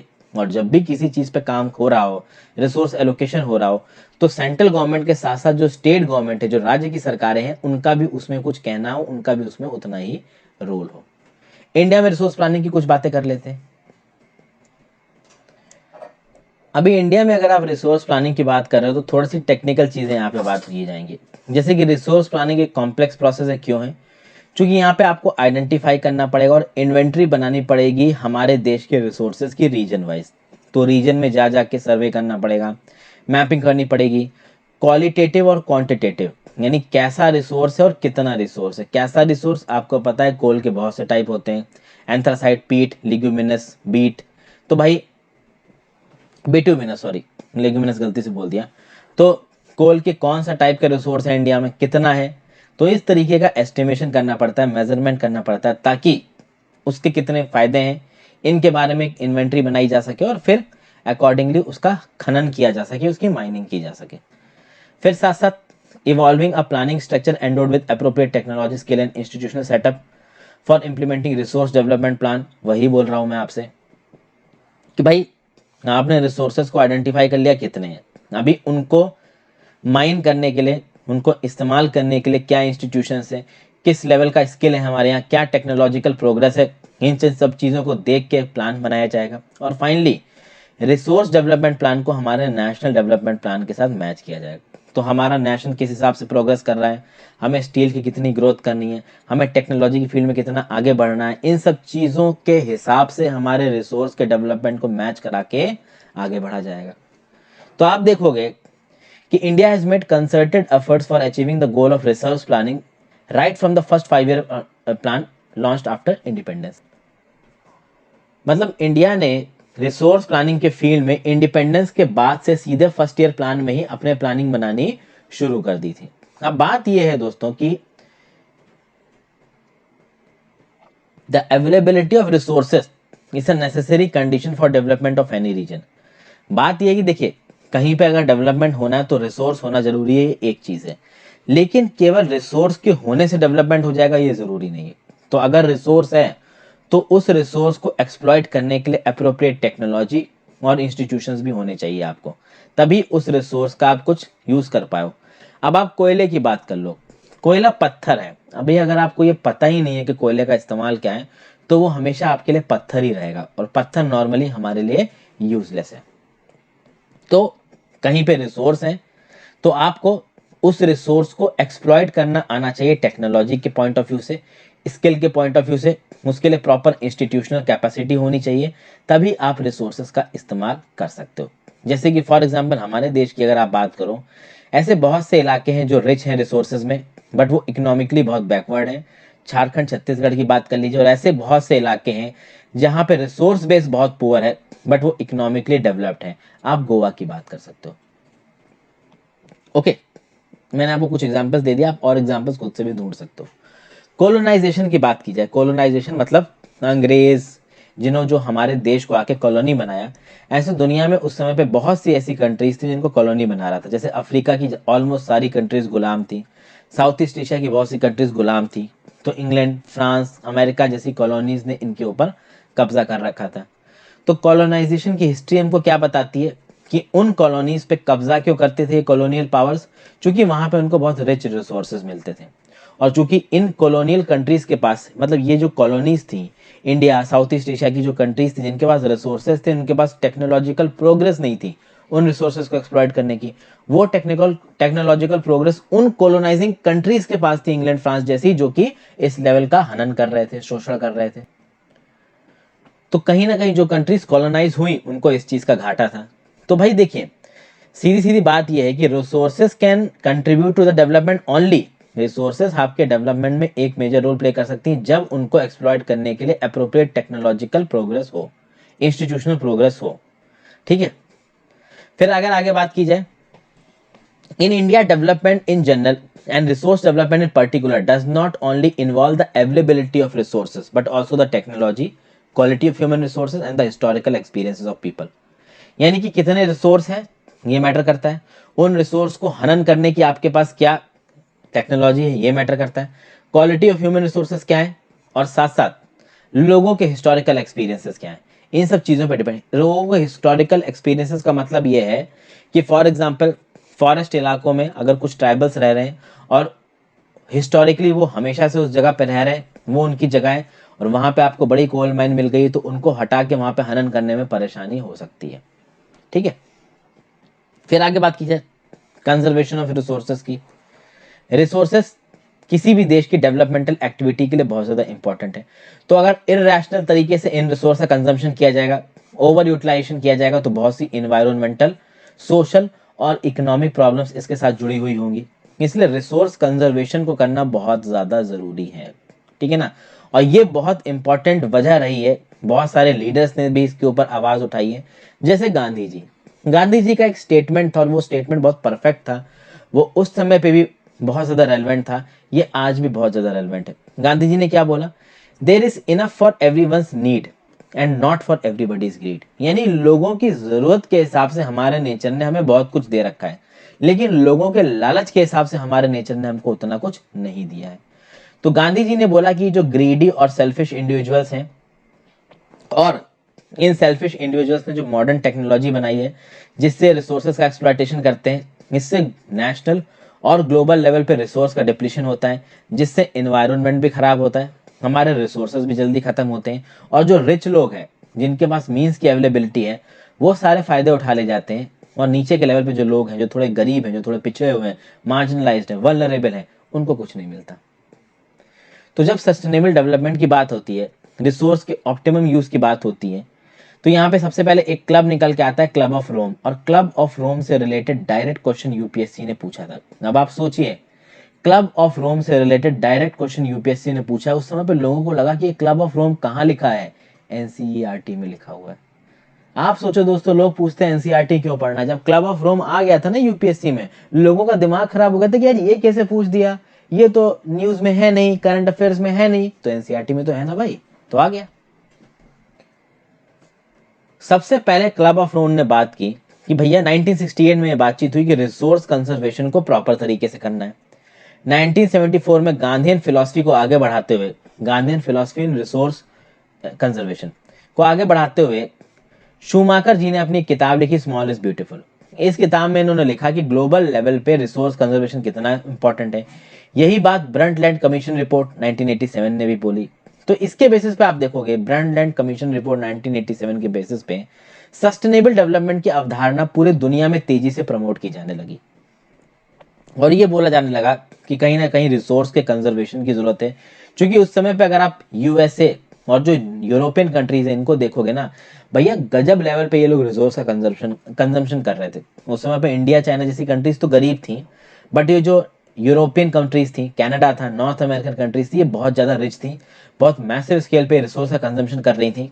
तो ये बात उठने लगी कि अगर आप इतनी तेजी से रिसोर्स का कंजम्पशन करोगे तो भाई फ्यूचर जनरेशन के लिए, फ्यूचर रेसेस के लिए कुछ बचेगा ही नहीं, आप खुद ही सब खा पी के खत्म कर दोगे।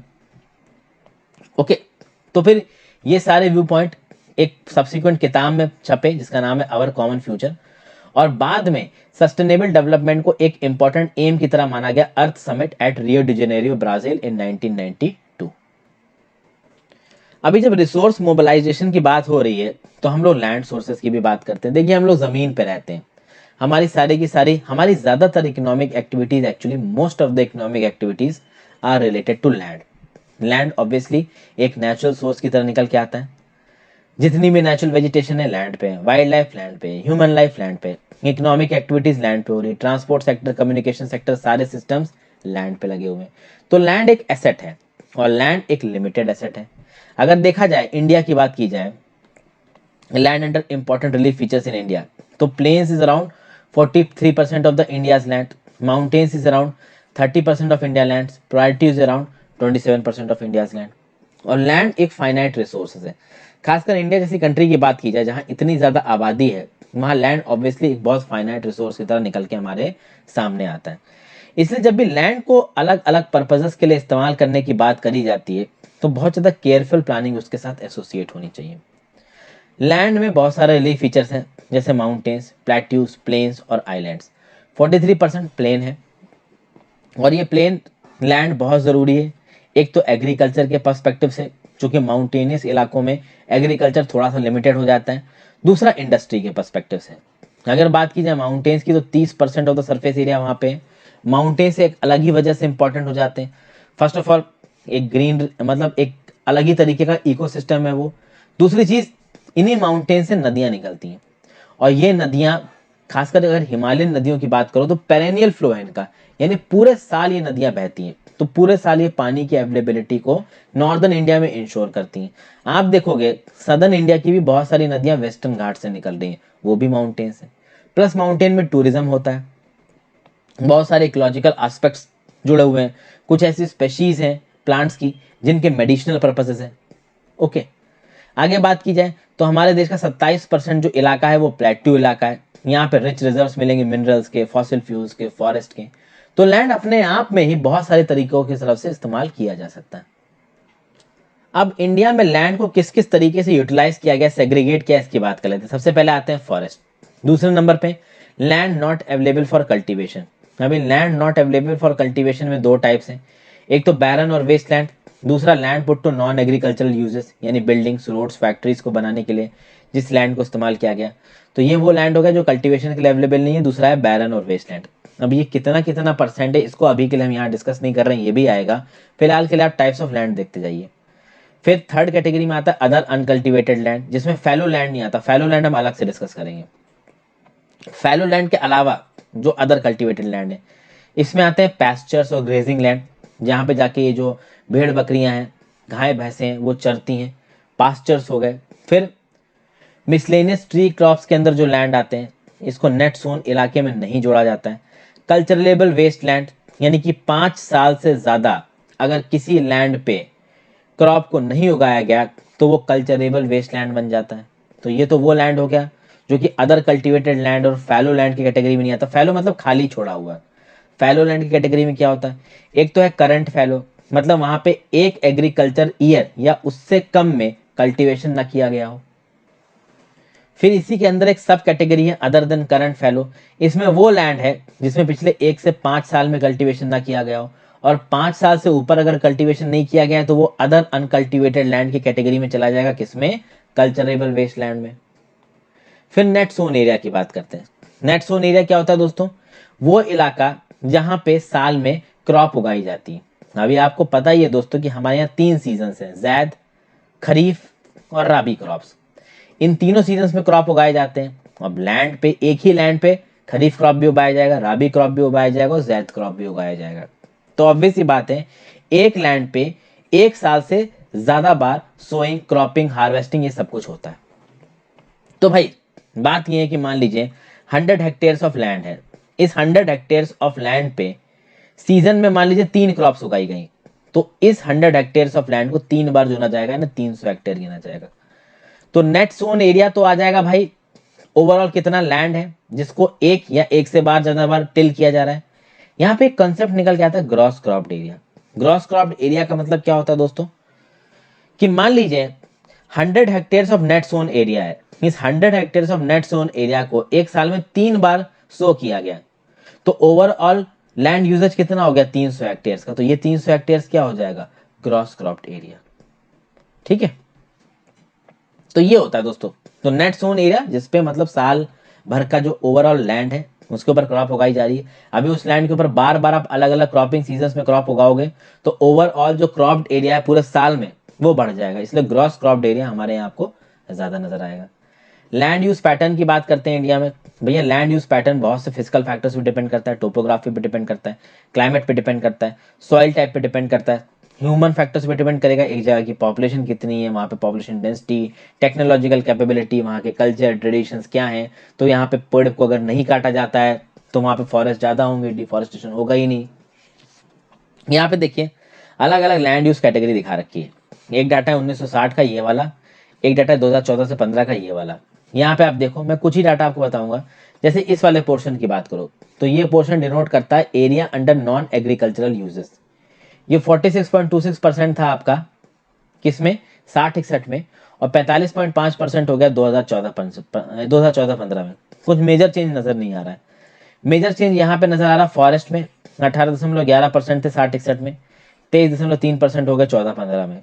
हालांकि फॉरेस्ट को गिनने की मेथोडोलॉजी को यहाँ पे थोड़ा क्वेश्चन किया गया बट उस पर नहीं जाते। फिर ये 18.11% वाला इलाका जो बैरन और अनकल्चरेबल वेस्ट लैंड है, ये अब केवल 5.5% बचा है 2014-15 में। तो ये कुछ ट्रेंड है जो आपको नजर आ रहे हैं, इनको ट्रेंड को अभी आगे टेक्स्ट में भी एक्सप्लेन किया गया है, देखते हैं। अगर देश के ओवरऑल ज्योग्राफिकल एरिया की बात की जाए तो this is somewhere around 3.28 million square kilometre, लेकिन डाटा केवल 93% ऑफ द ज्योग्राफिकल लैंड के लिए अवेलेबल है, क्योंकि ऑलमोस्ट सारे नॉर्थ ईस्ट के स्टेट्स के लैंड की सर्वेइंग हो सकती है, हो चुकी है, आसाम में पूरी सर्वेइंग नहीं हो रही है। फिर जम्मू एंड कश्मीर का एक बहुत मेजर इलाका चाइना ने कब्जा रखा है, पाकिस्तान ने कब्जा रखा है, तो उस इलाके में हम सर्वे नहीं करवा पाए, चूंकि ऑब्वियस सी बात है वहां पे चाइना और पाकिस्तान का कब्जा है। अगर आप ऊपर के फिगर्स को देखोगे तो आपको दिख रहा है कि परमानेंट पास्चर के अंदर जो लैंड अवेलेबिलिटी है वो घट रही है।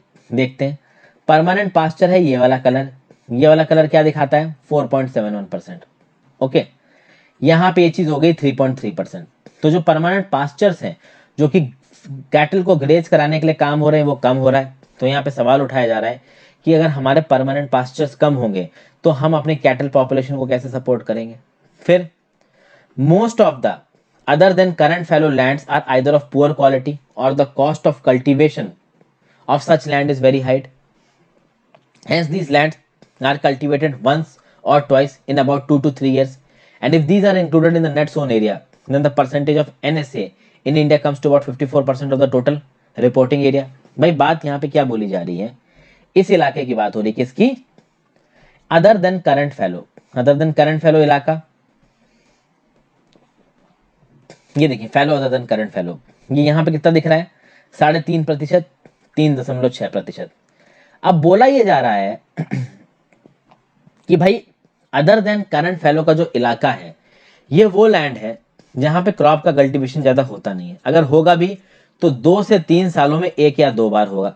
तो ऑब्वियस सी बात है यहाँ पे पैदावार ज्यादा है नहीं, तो इसको वैसे तो नेट सोन एरिया में इंक्लूड किया नहीं जाता है। मान लीजिए आप इसको नेट सोन एरिया में इंक्लूड कर भी देते हो तो उससे ओवरऑल जो नेट सोन एरिया है इंडिया का वो 54% ऑफ द रिपोर्टिंग एरिया पे पहुंच जाएगा। बट फायदा क्या, अगर आप पूरे देश में नेट सोन एरिया की बात करो तो स्टेट बाय स्टेट ये नेट सोन एरिया बहुत वेरी करता है, ऑब्वियसली वेरी करेगा। कुछ जगहों पे प्लेन इलाके हैं, कुछ जगहों पे माउंटेन इलाके हैं। तो अगर आप बात करो पंजाब जैसे स्टेट की और आप बात करो उत्तराखंड की, तो उत्तराखंड में पहाड़ है, पंजाब में पहाड़ उतने हैं नहीं, तो पंजाब प्लेन इलाका है। तो ऑब्वियस सी बात है पंजाब में जो सोन एरिया है, जो एग्रीकल्चर है, वो ज्यादा हो सकता है व्हेन कंपेयर टू उत्तराखंड। तो यही बता रखा है। पंजाब और हरियाणा में 80% इलाका आपका नेट सोन एरिया है। अरुणाचल प्रदेश, मिजोरम, मणिपुर, अंडमान निकोबार में केवल 10% है। अरुणाचल प्रदेश, मिजोरम, मणिपुर में तो वैसे भी हिल टोपोग्राफी डोमिनेंट है, तो वहां तो वैसे ही एग्रीकल्चर नहीं हो सकता। अगर पूरे देश की बात की जाए तो देश का 33% जो इलाका है वो फॉरेस्ट एरिया होना चाहिए। ये कहाँ लिखा है, ये नेशनल फॉरेस्ट पॉलिसी 1952 में लिखा है। बट क्या है, नहीं है।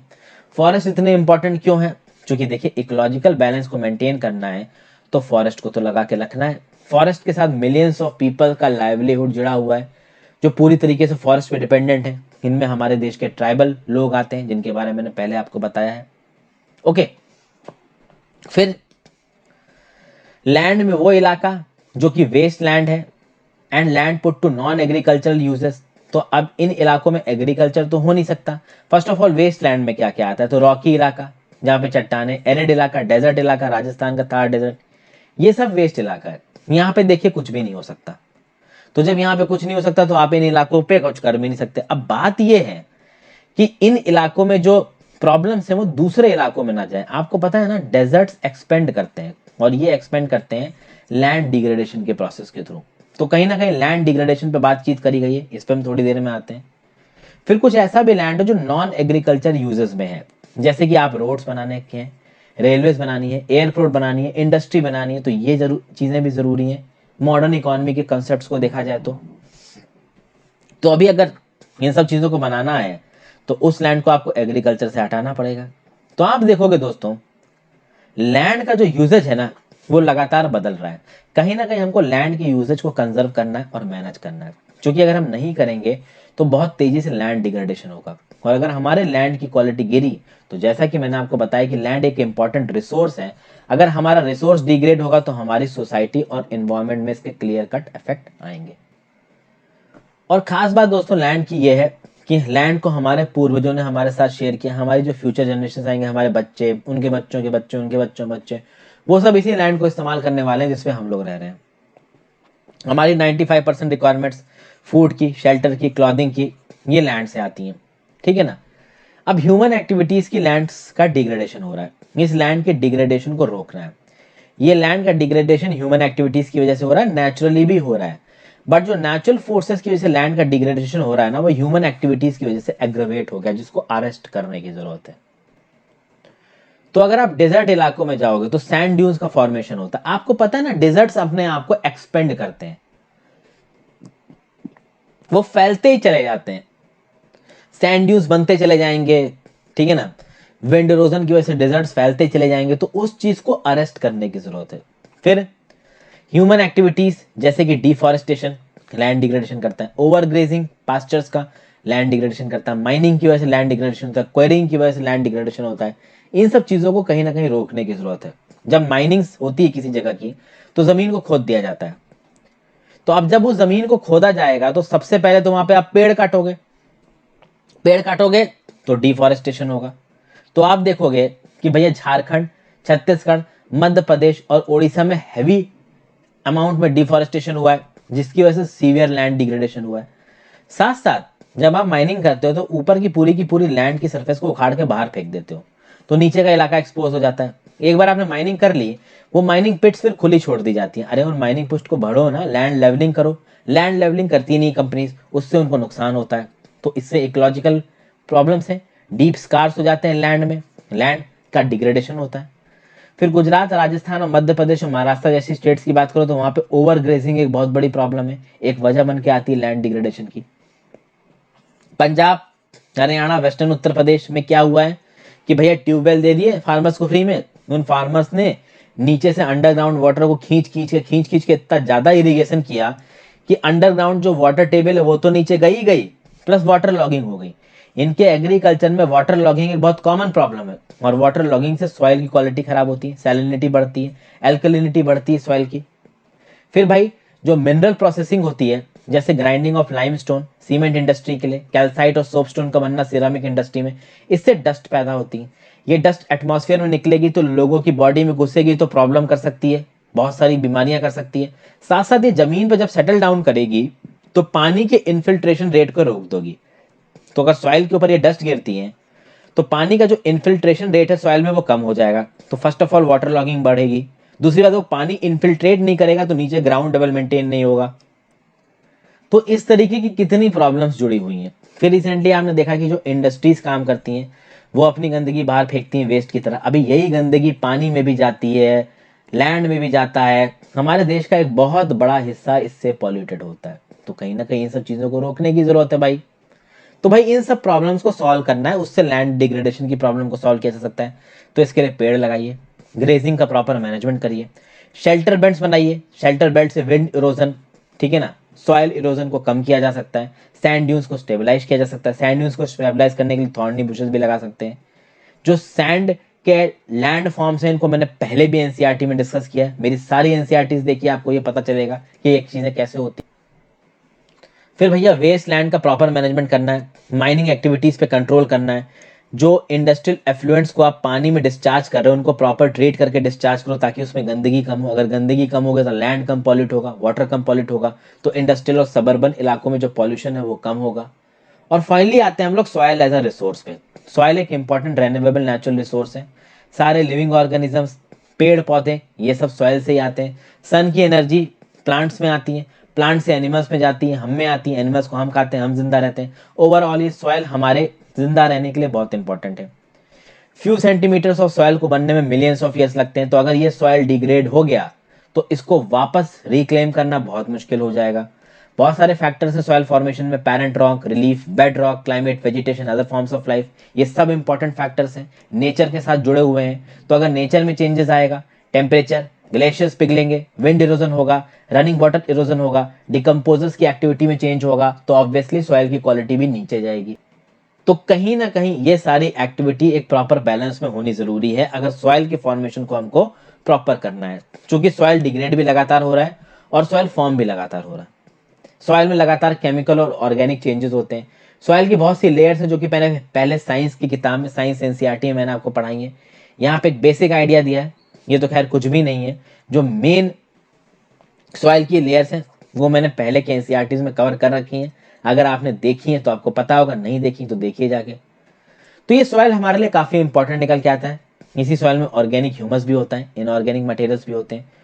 सॉइल फॉर्मेशन बहुत सारे फैक्टर्स पे डिपेंड करता है। सॉइल का कलर क्या है, थिकनेस क्या है, टेक्सचर क्या है, एज क्या है, केमिकल फिजिकल प्रॉपर्टीज के हिसाब से सॉइल का क्लासिफिकेशन किया जाता है। एल्यूवियल सॉइल, ब्लैक सॉइल, ठीक है ना, ब्लैक कॉटन सॉइल, मैंने बहुत बार बताया है इसके बारे में, एल्यूवियल सॉइल के बारे में बहुत बार बताया है। नीचे बात की जाए तो भैया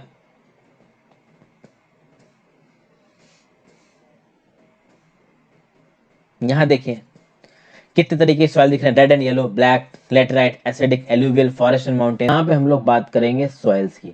मैंने आपको बताया था दोस्तों, बहुत सारे फैक्टर्स रिस्पॉन्सिबल होते हैं सॉइल फॉर्मेशन के लिए, सॉइल के कलर के लिए, सॉइल का thickness, texture, age, chemical physical properties, कौन सा सॉइल कितना अच्छा है, किस जगह पे मिलता है इंडिया में, कौन से क्रॉप्स उगाने के लिए अच्छा है, वो उसकी फिजिकल, केमिकल और बाकी प्रॉपर्टीज बताती हैं। यहाँ पे हम देखेंगे कैसे अलग अलग लैंड फॉर्म्स के चलते, रिलीफ के चलते, ये क्लाइमेट के चलते, वेजिटेशन के चलते सॉइल्स बनते हैं। रिलीफ मतलब कि वहां का लैंड कैसा है, उठा हुआ है, पठारी इलाका है, प्लेन इलाका है, डेजर्ट इलाका है, ये सब होता है रिलीफ। सबसे पहले हम लोग यहाँ पे बात करेंगे किसकी, एल्यूवियल सॉइल्स की। Alluvial soils are the most widely spread and important soil. आगे बढ़ने से पहले मैं आपको एल्यूवियल सॉइल दिखा दूं मैप में कहाँ कहाँ पे मिलता है। ये जो लाइट ग्रीन आपको दिख रहा है ना, ये वाला colour, this colour is basically alluvial. देखिए आपको कहाँ कहाँ नजर आ रहा है, यहाँ से लेके चालू हो रहा है ये, तो भाई पंजाब, हरियाणा, उत्तर प्रदेश, बिहार, वेस्ट बंगाल का एक बहुत बड़ा हिस्सा, गुजरात में भी ये पाया जा रहा है, कुछ हद तक ये राजस्थान में भी मिल रहा है, नॉर्थ ईस्ट के इलाकों में, यहाँ पे देखिए आसाम में, अरुणाचल प्रदेश में, इन सब जगहों पे आपको ये एल्यूवियल सॉइल मिल रहा है।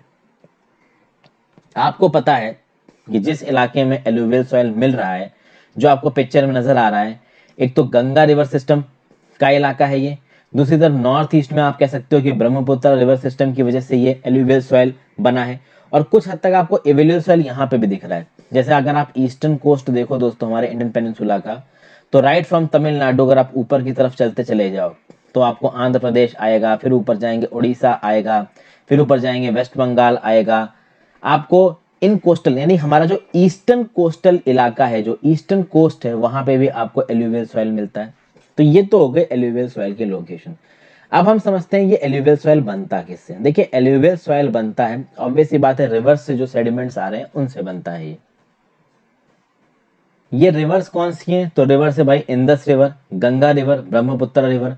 तो ये जो पूरा का पूरा इंदस रिवर सिस्टम है, गंगा रिवर सिस्टम है, ब्रह्मपुत्र रिवर सिस्टम है, इसकी वजह से ये जो एल्यूवियल सॉइल है ये वहां पहुंचा है। फिर आप देखोगे दोस्तों, जो मैंने आपको कोस्टल इलाके दिखाए, मैंने आपको दिखाया ना कोस्टल प्लेन्स, तो महानदी रिवर, गोदावरी रिवर, कृष्णा नदी, कावेरी नदी, ये भी अपने साथ कोर्स ग्रेन्स को लेके जाती हैं, सेडिमेंट्स को लेके जाती हैं, रास्ते भर में उन सेडिमेंट्स को चुराते हुए लेके जाती हैं और कोस्टल प्लेस में जमा कर देती हैं। अगर आप कंसंट्रेशन देखोगे तो जो नॉर्दर्न प्लेन्स हैं, यूपी, बिहार, वेस्ट बंगाल वाला जो इलाका है, नॉर्थ ईस्ट का इलाका है, वहां पे एक बहुत बड़े स्ट्रेच में आपको ये वाले सॉइल्स नजर आएंगे। कौन से? Alluvial soil. वहीं पे अगर आप हमारे पेनिनसुलर इंडिया का ईस्टर्न कोस्ट देखोगे तो वहां पे बस एक नैरो बेल्ट नजर आएगी। तो आप ये बोलोगे कि भाई ये जो महानदी नदी है, गोदावरी है, कृष्णा है, कावेरी है, ये सारी नदियां हाई क्वांटिटीज में क्यों नहीं लेके आ रही हैं सिल्ट को? तो रीजन दोस्तों ये है कि ये सारी नदियां पठार के ऊपर बहती हैं, पेनिनसुलर प्लेट्यू के ऊपर बहती हैं, और पेनिनसुलर प्लेट्यू की जो सतह है ना वो बहुत रॉकी है, और रॉकी सतह को आप इरोड नहीं कर सकते हो। वहीं पे वो नदियां जो हिमालय से आ रही हैं, जैसे कि गंगा हो गई, ब्रह्मपुत्र हो गई, आपकी इंदस हो गई, वो जब चट्टानों से नीचे गिरी माउंटेन से, तो वहां पे तो ज्यादा इरोजन नहीं कर पाई, लेकिन जैसे वो प्लेन इलाके में पहुंची उसका जो इरोजन है वो बहुत एग्रेवेट हो गया, और धीरे धीरे धीरे धीरे जो पत्थर जो इरोजन के साथ सेडिमेंट्स वो लेके आ रही थी, वो सेडिमेंट्स और मंझने लगे। तो शुरुआत के कोर्सेज में वो सेडिमेंट्स हो सकता है बड़े हो, कोर्स हो, टच टफ हो, पॉइंटी हो, हार्श हो, धीरे धीरे वो छोटे होते जाएंगे, एकदम बिल्कुल ही मतलब नन्हे नन्हे से होते जाएंगे, ठीक है ना। और जब वो बिल्कुल नन्हे नन्हे होके सेटल हो जाएंगे तो वो क्या बन जाएंगे? एल्यूवियल सॉइल बन जाएंगे। तो ये alluvial soil mainly Indus river system, Ganga river system, Brahmaputra river system में डोमिनेंट है। आपको राजस्थान में मिल जाएगा, हरियाणा, पंजाब, उसके आगे उत्तर प्रदेश, उत्तराखंड में मिलेगा कुछ हद तक, हालांकि उत्तराखंड का एक बहुत बड़ा इलाका पहाड़ी है। आगे जाएंगे बिहार, वेस्ट बंगाल और उड़ीसा, आंध्र प्रदेश, तमिलनाडु के कोस्टल इलाके में भी आपको ये एल्यूवियल सॉइल मिलेगा। कुछ एल्यूवियल सॉइल की अगर आप इमेज देखोगे तो कुछ ऐसा नजर आता है। इस तरीके के सॉइल्स अगर आपने यूपी, बिहार के किसी भी गांव में गए हो आपको दिख जाएंगे। अगर आप एल्यूवियल सॉइल की बात करो दोस्तों, तो एल्यूवियल सॉइल में बहुत अलग अलग प्रोपोर्शंस में सैंड, सिल्ट और क्ले मिलेगा आपको। जैसा कि मैंने पहले बताया, मेरी साइंस की किताब अगर आपने नहीं देखी है, ये मैं बताया नहीं, मैं आपको बता देता हूँ। देखिए दोस्तों, ये चैप्टर चूंकि अब हम लोग क्लास 10th की ज्योग्राफी पहुंच गए, तो यहाँ पे जो कुछ भी मैं आपको बता रहा हूँ इसके लिए थोड़ी बेसिक बैकग्राउंड इन्फॉर्मेशन होनी चाहिए। उस बेसिक बैकग्राउंड इन्फॉर्मेशन के लिए मैं ये एक्सपेक्ट कर रहा हूँ कि आपने साइंस की 6th और 7th क्लास की मेरी एनसीईआरटी देख रखी हो, उसके साथ साथ 6th, 7th, 8th, 9th की मैं ज्योग्राफी बना रखी है एनसीईआरटी की, वो भी देखिए। तो अगर आप में से कुछ लोग ऐसा हैं जो ये समझते हैं कि भाई उनको ज्योग्राफी के सारे बेसिक्स पता है और उन्होंने मेरी 6वीं, 7वीं, 8वीं और 9वीं क्लास की ज्योग्राफी नहीं देखी, सीधे यहाँ पे आ रहे हैं, तो अगर उनके बेसिक्स क्लियर नहीं है तो चीजें उनको पता नहीं चल पाएंगी। जैसे कि exact differences between sand, silt और क्ले, ये उनको नहीं पता चल पाएगा अगर उन्होंने मेरी बेसिक एनसीईआरटी ज्योग्राफी और साइंस की वीडियोस नहीं देखी है तो।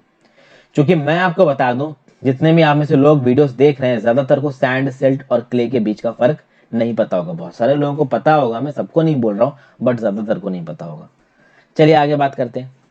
फिर क्या लिखा हुआ? As we move inlands towards the river valleys, soil particles appear somewhat bigger in size. In the upper reaches of the river valley, near the place of the break of the slope. The soils are coarse. Such soils are more common in the Piedmont plains such as Duars, Chos and Terai. क्या बोल रहे हैं? सबसे पहले तो दोस्तों इसमें लिखा हुआ है कि जैसे जैसे आप इनलैंड रिवर वैली के पास जाते जाएंगे वैसे वैसे जो सॉइल के पार्टिकल्स हैं वो बड़े होते जाएंगे।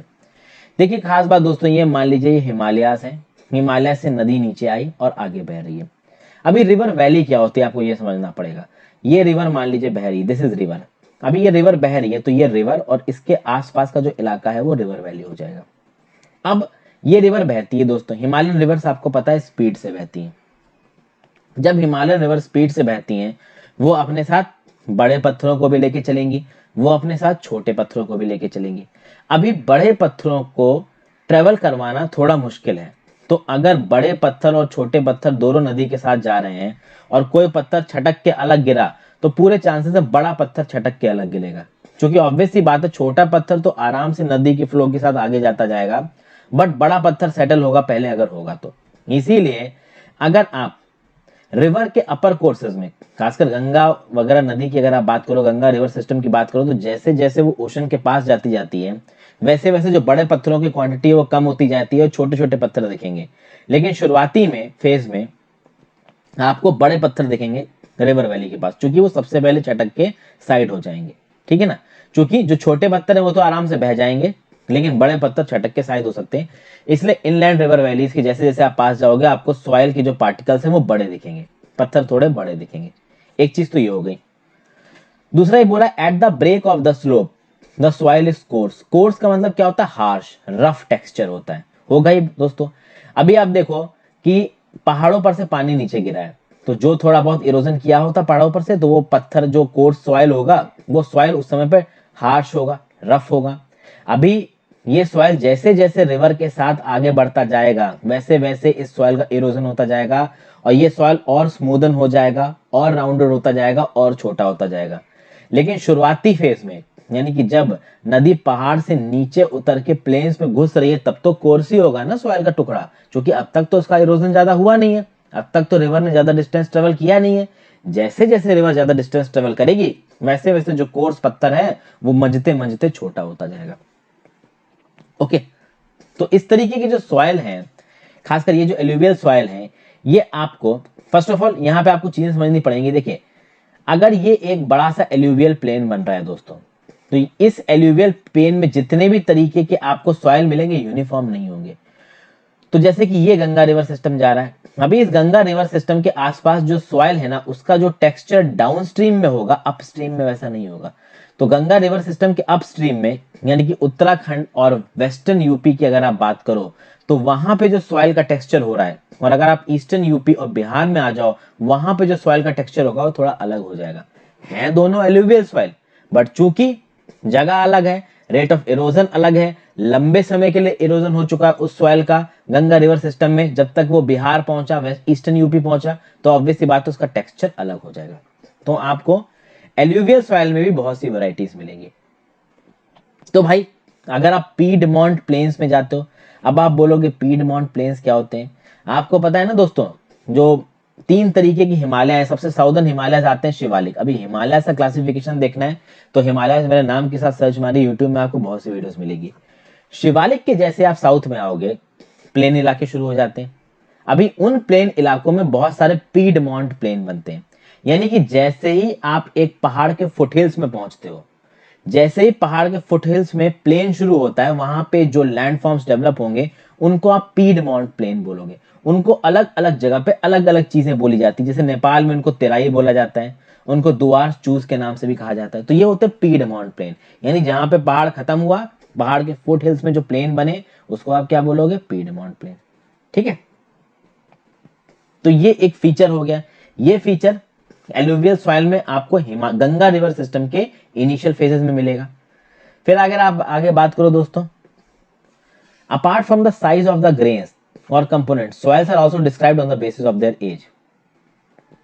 तो भाई देखिए जैसा कि मैंने बताया ये हिमालय है, हिमालय से नीचे उतरा पानी, यहाँ पे जो सॉइल है वो थोड़ा बड़ा होगा, कोर्स होगा, हार्ड होगा, उसका टेक्सचर रफ होगा।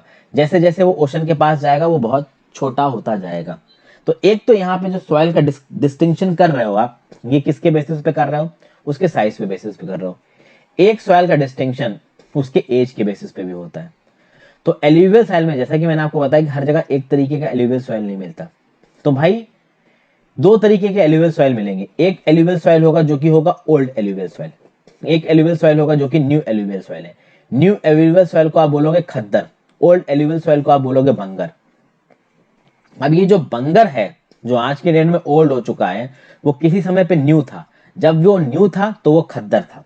यहाँ पे आप एक चीज समझिए कि ये जो खद्दर एल्यूवियल सॉइल है ये ज्यादा फर्टाइल है, और जो बंगर एल्यूवियल सॉइल है वो कम फर्टाइल है। क्यों? क्योंकि देखिए बंगर एल्यूवियल सॉइल में अब बहुत सी प्रॉब्लम्स है। क्या प्रॉब्लम्स है? उसमें कंकड़ है, ठीक है ना, कंकड़ नोड्यूल्स मिलते हैं उसमें। आप देखिए जो खद्दर सॉइल है उसमें फाइन पार्टिकल्स ज्यादा हैं, वो ज्यादा फर्टाइल होगा बंगर से। बंगर में बड़े पार्टिकल्स मिलेंगे, आपको कंकड़ ज्यादा मिलेंगे। तो कुछ इस तरीके से बनता है हिसाब कि मान लीजिए ये नदी बह रही है दोस्तों, ये एक नदी बह रही है और ये इधर से नदी बह रही है। तो ये मेन नदी है, मान लीजिए आगे बहती चली गई और ये नदी आके इस मेन नदी से मिल गई यहाँ पे। अभी इन नदियों के आसपास रिवर वैलीज बनेंगी। इन रिवर वैलीज में जो सॉइल मिलेंगे ना वो आपके खद्दर होते हैं। और जब आप रिवर वैली से बाहर निकल जाते हो तो वहां पे ओल्ड सॉइल जहां पे मिलता है वो हो जाते हैं आपके बंगर। तो ये रिवर आ रही है, इसके चारों तरफ जो रिवर वैली है उसके एक एक्सटेंट तक आपको यहाँ पे खद्दर सॉइल मिलेगा, फर्टाइल सॉइल मिलेगा। यहाँ पे भी आपको फर्टाइल सॉइल मिलेगा। और चूंकि ये नदी और ये नदी के बीच का इलाका तो दोआब हो जाएगा, तो दोआब में तो वैसे भी फर्टाइल सॉइल मिलता है। लेकिन जब इन नदियों के फर्टाइल सॉइल की रेंज खत्म होगी ना तो वहां के बाद क्या शुरू हो जाएगा? भंगर शुरू हो जाएगा। तो सिंपल ये समझिए, अगर ये रिवर है, ये रिवर बह रही है, इस रिवर के चारों तरफ जो रिवर वैली बनेगी उसमें एक लिमिट तक आपको जो एल्यूवियल सॉइल मिलेगा वो खद्दर एल्यूवियल सॉइल होगा, फाइन एल्यूवियल सॉइल होगा, क्योंकि उस एल्यूवियल सॉइल को लगातार उस सिल्ट के साथ रिप्लेनिश किया जा रहा है जो इस नदी के साथ बहती हुई आ रही है। लेकिन कुछ ऐसा एल्यूवियल सॉइल है जो इस रिवर वैली से बहुत ज्यादा दूर हो चुका है, उसमें किसी भी तरीके का कोई रिप्लेनिशमेंट नहीं हो रहा है, वो हजारों लाखों सालों से ऐसे पड़ा हुआ है, उसको आप बोलोगे बंगर सॉइल, जो कि रिवर वैली से काफी दूर हो चुका है। तो अगर ये रिवर वैली है तो दूर दूर तक इसमें मिलेगा आपको न्यू एल्यूवियम, उसके बाद मिलेगा ओल्ड एल्यूवियम जिसको आप बोलते हो बंगर। ओवरऑल देखा जाए दोस्तों तो जो एल्यूवियल सॉइल है काफी फर्टाइल होते हैं। इनमें आपको एडिक्वेट मात्रा में फॉस्फोरिक एसिड मिलेगा, पोटैश मिलेगा, लाइम मिलेगा, शुगर केन की प्रोटेक्शन के लिए, चावल की प्रोडक्शन के लिए, व्हीट की प्रोडक्शन के लिए, दूसरे सीरियल और दालों के प्रोडक्शन के लिए ये जो सॉइल्स हैं काफी इफेक्टिव हैं। इनकी जो फर्टिलिटी है काफी हाई है। जो एल्यूवियल सॉइल्स हैं उनको इंटेंसिवली कल्टीवेट किया जाता है। फर्स्ट ऑफ ऑल ये एल्यूवियल सॉइल हमको नॉर्दर्न प्लेन्स में मिल रहे हैं। अभी प्लेन इलाका है तो प्लेन इलाके में एग्रीकल्चर आप बहुत आराम से कर सकते हो, बहुत एफिशिएंटली कर सकते हो, ये एक बात हो गई। दूसरी बात, ये जो एल्यूवियल सॉइल होते हैं इनकी फर्टिलिटी जबरदस्त है। आप देख सकते हो पोटैश है, फॉस्फोरिक एसिड है, लाइम है, तो सारी रिक्वायरमेंट्स है। दूसरी बात, यहाँ पे नदियां बह रही हैं तो पानी बहुत है दोस्तों। तो जब पानी होगा तो आप इरिगेशन कर सकते हो, तो पानी भी है, ठीक है, फर्टाइल सॉइल भी है, प्लेन ग्राउंड्स भी हैं, तो एग्रीकल्चर के लिए बड़ी ही अच्छी कंडीशंस बनती हैं। और इसीलिए देखोगे कि ये जो इलाके होते हैं ना, प्लेन इलाके जहां पानी भी है, ठीक है ना, जहां पे सॉइल भी फर्टाइल है, वहां पे जो पॉपुलेशन डेंसिटी होती है बहुत ज्यादा होती है। लेकिन कुछ ऐसे भी जगह बन जाते हैं जहां पे सॉइल हल्का सा एल्कलाइन हो जाता है, क्योंकि वहां पे पानी नहीं बरसता और कभी कभी वहां पे रिवर की स्ट्रीम्स भी नहीं पहुंचती हैं। तो एल्कलाइन सॉइल का मतलब क्या होता है? जिसमें बेसिक एलिमेंट ज्यादा हो, जिसका पीएच 7 से ज्यादा हो। अभी देखिए पीएच 7 के आसपास होना चाहिए, ना सॉइल ज्यादा बेसिक होना चाहिए, ना सॉइल ज्यादा एसिडिक होना चाहिए। अगर एक लिमिट से सॉइल ऊपर एसिडिक हो गया तो वो एल्कलाइन हो जाएगा। कभी एल्कलाइन हो जाएगा तो उसको ट्रीट करना पड़ेगा, ठीक है। आगे बात करते हैं ब्लैक सॉइल की। इस ब्लैक सॉइल को दोस्तों ब्लैक कॉटन सॉइल भी कहा जाता है, इसको रेगुर सॉइल भी कहा जाता है। और ये किसके लिए है? This is ideal for growing cotton. अभी कॉटन के लिए आइडियल क्यों है ये मैं आपको बताता हूँ। ये देखिए आपको ये दोस्तों ब्लैक सॉइल दिख रहा है, वैसे तो ये बंजर जमीन सी दिख रही है बट एक्चुअली में ब्लैक सॉइल है। देखिए कितना टूटा फूटा है। अभी ये टूटा फूटा है, क्रैक्स हैं इस पूरे सॉइल में, तो ऑब्वियस बात है इन क्रैक्स के थ्रू हवा अंदर जाएगी। जब इन क्रैक्स के थ्रू हवा अंदर जाएगी तो आप कह सकते हो कि these soils are well aerated. Aerated मतलब इसमें हवा का फ्लो काफी अच्छा है। ब्लैक होते हैं कलर में, इनको रेगुर सॉइल भी कहा जाता है। अब देखिए ये जो ब्लैक कॉटन सॉइल है वो इस बहुत सारे मिक्स्ड फैक्टर से बनते हैं।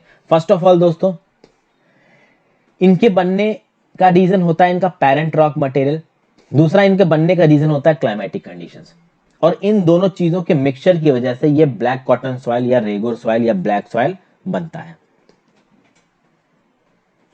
अब अगर पेरेंट रॉक मटेरियल की बात की जाए दोस्तों, तो यहाँ पे जो पेरेंट रॉक मटेरियल है वो इग्नियस सॉल्ट, इग्नियस रॉक्स हैं। देखिए क्या होता है दोस्तों, ये जो डेक्कन ट्रैप वाला इलाका है जिसको आप बसाल्ट रीजन बोलते हैं, जो कि फैला है नॉर्थ वेस्ट डेक्कन प्लेट्यू में, यहाँ पे लावा फ्लो से पूरा का पूरा प्लेट्यू बना है। ये प्लेट्यू महाराष्ट्र, सौराष्ट्र रीजन और गुजरात, मालवा, मध्य प्रदेश और Chhattisgarh and extend in the south east direction along the Godavari and Krishna valleys. एक बार देख लेते हैं दोस्तों ब्लैक सॉइल का इलाका क्या क्या है, तब थोड़ा और आपको चीजें समझ में आएंगी। यहाँ देखिए, ये आपको ब्लैक सॉइल वाला कलर दिख रहा है। अब आप देखिए कहाँ कहाँ आपको ब्लैक सॉइल दिख रहा है, यहाँ दिख रहा है, इस जगह पे नजर आ रहा है, ये पूरा का पूरा इलाका आपको ब्लैक सॉइल का नजर आ रहा है। अब मैं आपको बताता हूँ इसके पीछे की थ्योरी। पहले मैं इसको थ्योरी को आपको बता चुका हूँ, लेकिन मैं फिर से बताता हूँ। गोंडवाना लैंड से जब इंडियन पेनिनसुला टूटा तो वो इस तरीके से आगे बहना शुरू हुआ। जब वो आगे बहना मतलब आगे मूव करना शुरू हुआ, और फाइनली जाके वो यूरेशियन मतलब आपका एशियन लैंड मास से टकराएगा और हिमालयाज बनेंगे। अभी जब नॉर्दर्न मूवमेंट हो रहा था आपका इंडियन पेनिनसुला का, तो इंडियन पेनिनसुला एक ऐसी जगह से गुजरा जहां पे टेक्टोनिक एक्टिविटी बहुत ज्यादा थी। तो उस टेक्टोनिक एक्टिविटी के चलते जो वॉल्केनिक अरप्शन है हमारे डेक्कन प्लेट्यू पे वो बहुत हुआ, जिसकी वजह से बसाल्ट रीजन बन गया। और आपको पता है कि नीचे से जब लावा जमीन पे आके गिरेगा और वो सॉलिडिफाई होगा तो वो क्या बनेगा, वो इग्नियस रॉक्स बनेगी। कभी कभी वो इग्नियस रॉक्स जमीन के नीचे दब जाएंगे, तो जब वो जमीन के नीचे दब जाएंगी तो हजारों लाखों सालों के बाद वो प्रेशर के अंदर किसके अंदर कन्वर्ट हो जाएंगी, मेटामॉर्फिक रॉक्स के अंदर। तो ये जो बसाल्ट वाला रीजन है, इनफैक्ट मैं सिर्फ ब्लैक सॉइल के रीजन की बात नहीं कर रहा हूं दोस्तों, ये जो रेड एंड येलो वाला रीजन है, इस वाले रीजन, इसको भी हम फिर से देखेंगे। ये वाला जो भी रीजन है ना, यहां पे भी कहीं ना कहीं आपको इग्नियस और मेटामॉर्फिक रॉक्स ही डोमिनेंट मिलेंगी, क्योंकि ये वो इलाका था जो कि आपकी वोल्केनिक एरप्शंस की वजह से बहुत ज्यादा अफेक्ट हुआ था। अभी फिलहाल वापस आ जाते हैं ब्लैक सॉइल पे, क्योंकि यहाँ पे एक स्पेसिफिक तरीके का सॉइल बनता नजर आ रहा है जो कि ब्लैक है। ओके, अभी इस ब्लैक सॉइल की क्वालिटी क्या क्या है। It is made up of extremely fine material, that is clayey material. Clay material clay क्यों है, क्योंकि वो एक्सट्रीमली फाइन है। They are well known for their capacity to hold moisture. इनके अंदर मॉइस्चर काफी देर तक टिकता है, यानी वो जल्दी जमीन के नीचे सीप नहीं करेगा। ये सॉइल न्यूट्रिएंट्स में भी रिच है, यानी कि यहाँ पे कैल्शियम कार्बोनेट पाया जाता है ब्लैक सॉइल में, मैग्नीशियम पाया जाता है, पोटैश पाया जाता है, उसके बाद लाइम पाया जाता है। ये जो सॉइल्स है इनमें फॉस्फोरिक कंटेंट नहीं मिलता, और एल्यूवियल सॉइल में फॉस्फोरिक कंटेंट मिलता है। अब ये कुछ एंट्री केसेस हैं, अगर आप याद रखोगे तो बेटर रहेगा। ठीक है, जब हॉट वेदर्स आते हैं तो इनके अंदर क्रैक्स आ जाते हैं। अभी मैंने ऊपर आपको फिगर में क्रैक्स दिखाए थे। जब क्रैक्स आ जाएंगे इन सॉइल में तो इनके अंदर हवा जाएगी, तो इनका एरेशन अच्छा हो जाता है। अगर इनको ज्यादा पानी डाल दिया तो आपको पता है कि इनकी पानी की होल्डिंग कैपेसिटी बहुत अच्छी है, दे कैन होल्ड वाटर। और जब ये दे कैन होल्ड वाटर तो ऑब्वियस ही बात है, अगर ज्यादा पानी पड़ गया तो ये स्टिकी हो जाएंगे।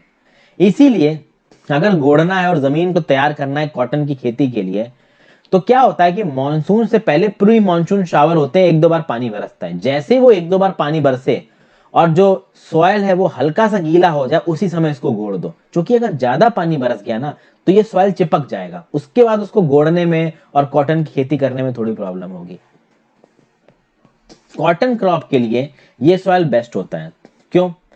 क्योंकि देखिए कॉटन की खेती जब आप इस ब्लैक कॉटन सॉइल में करोगे तो फर्स्ट ऑफ ऑल ये कॉटन का जो सॉइल है, सॉइल वेल एरेटेड होना चाहिए। कॉटन के जो रूट्स हैं वो वेल एरेटेड होने चाहिए।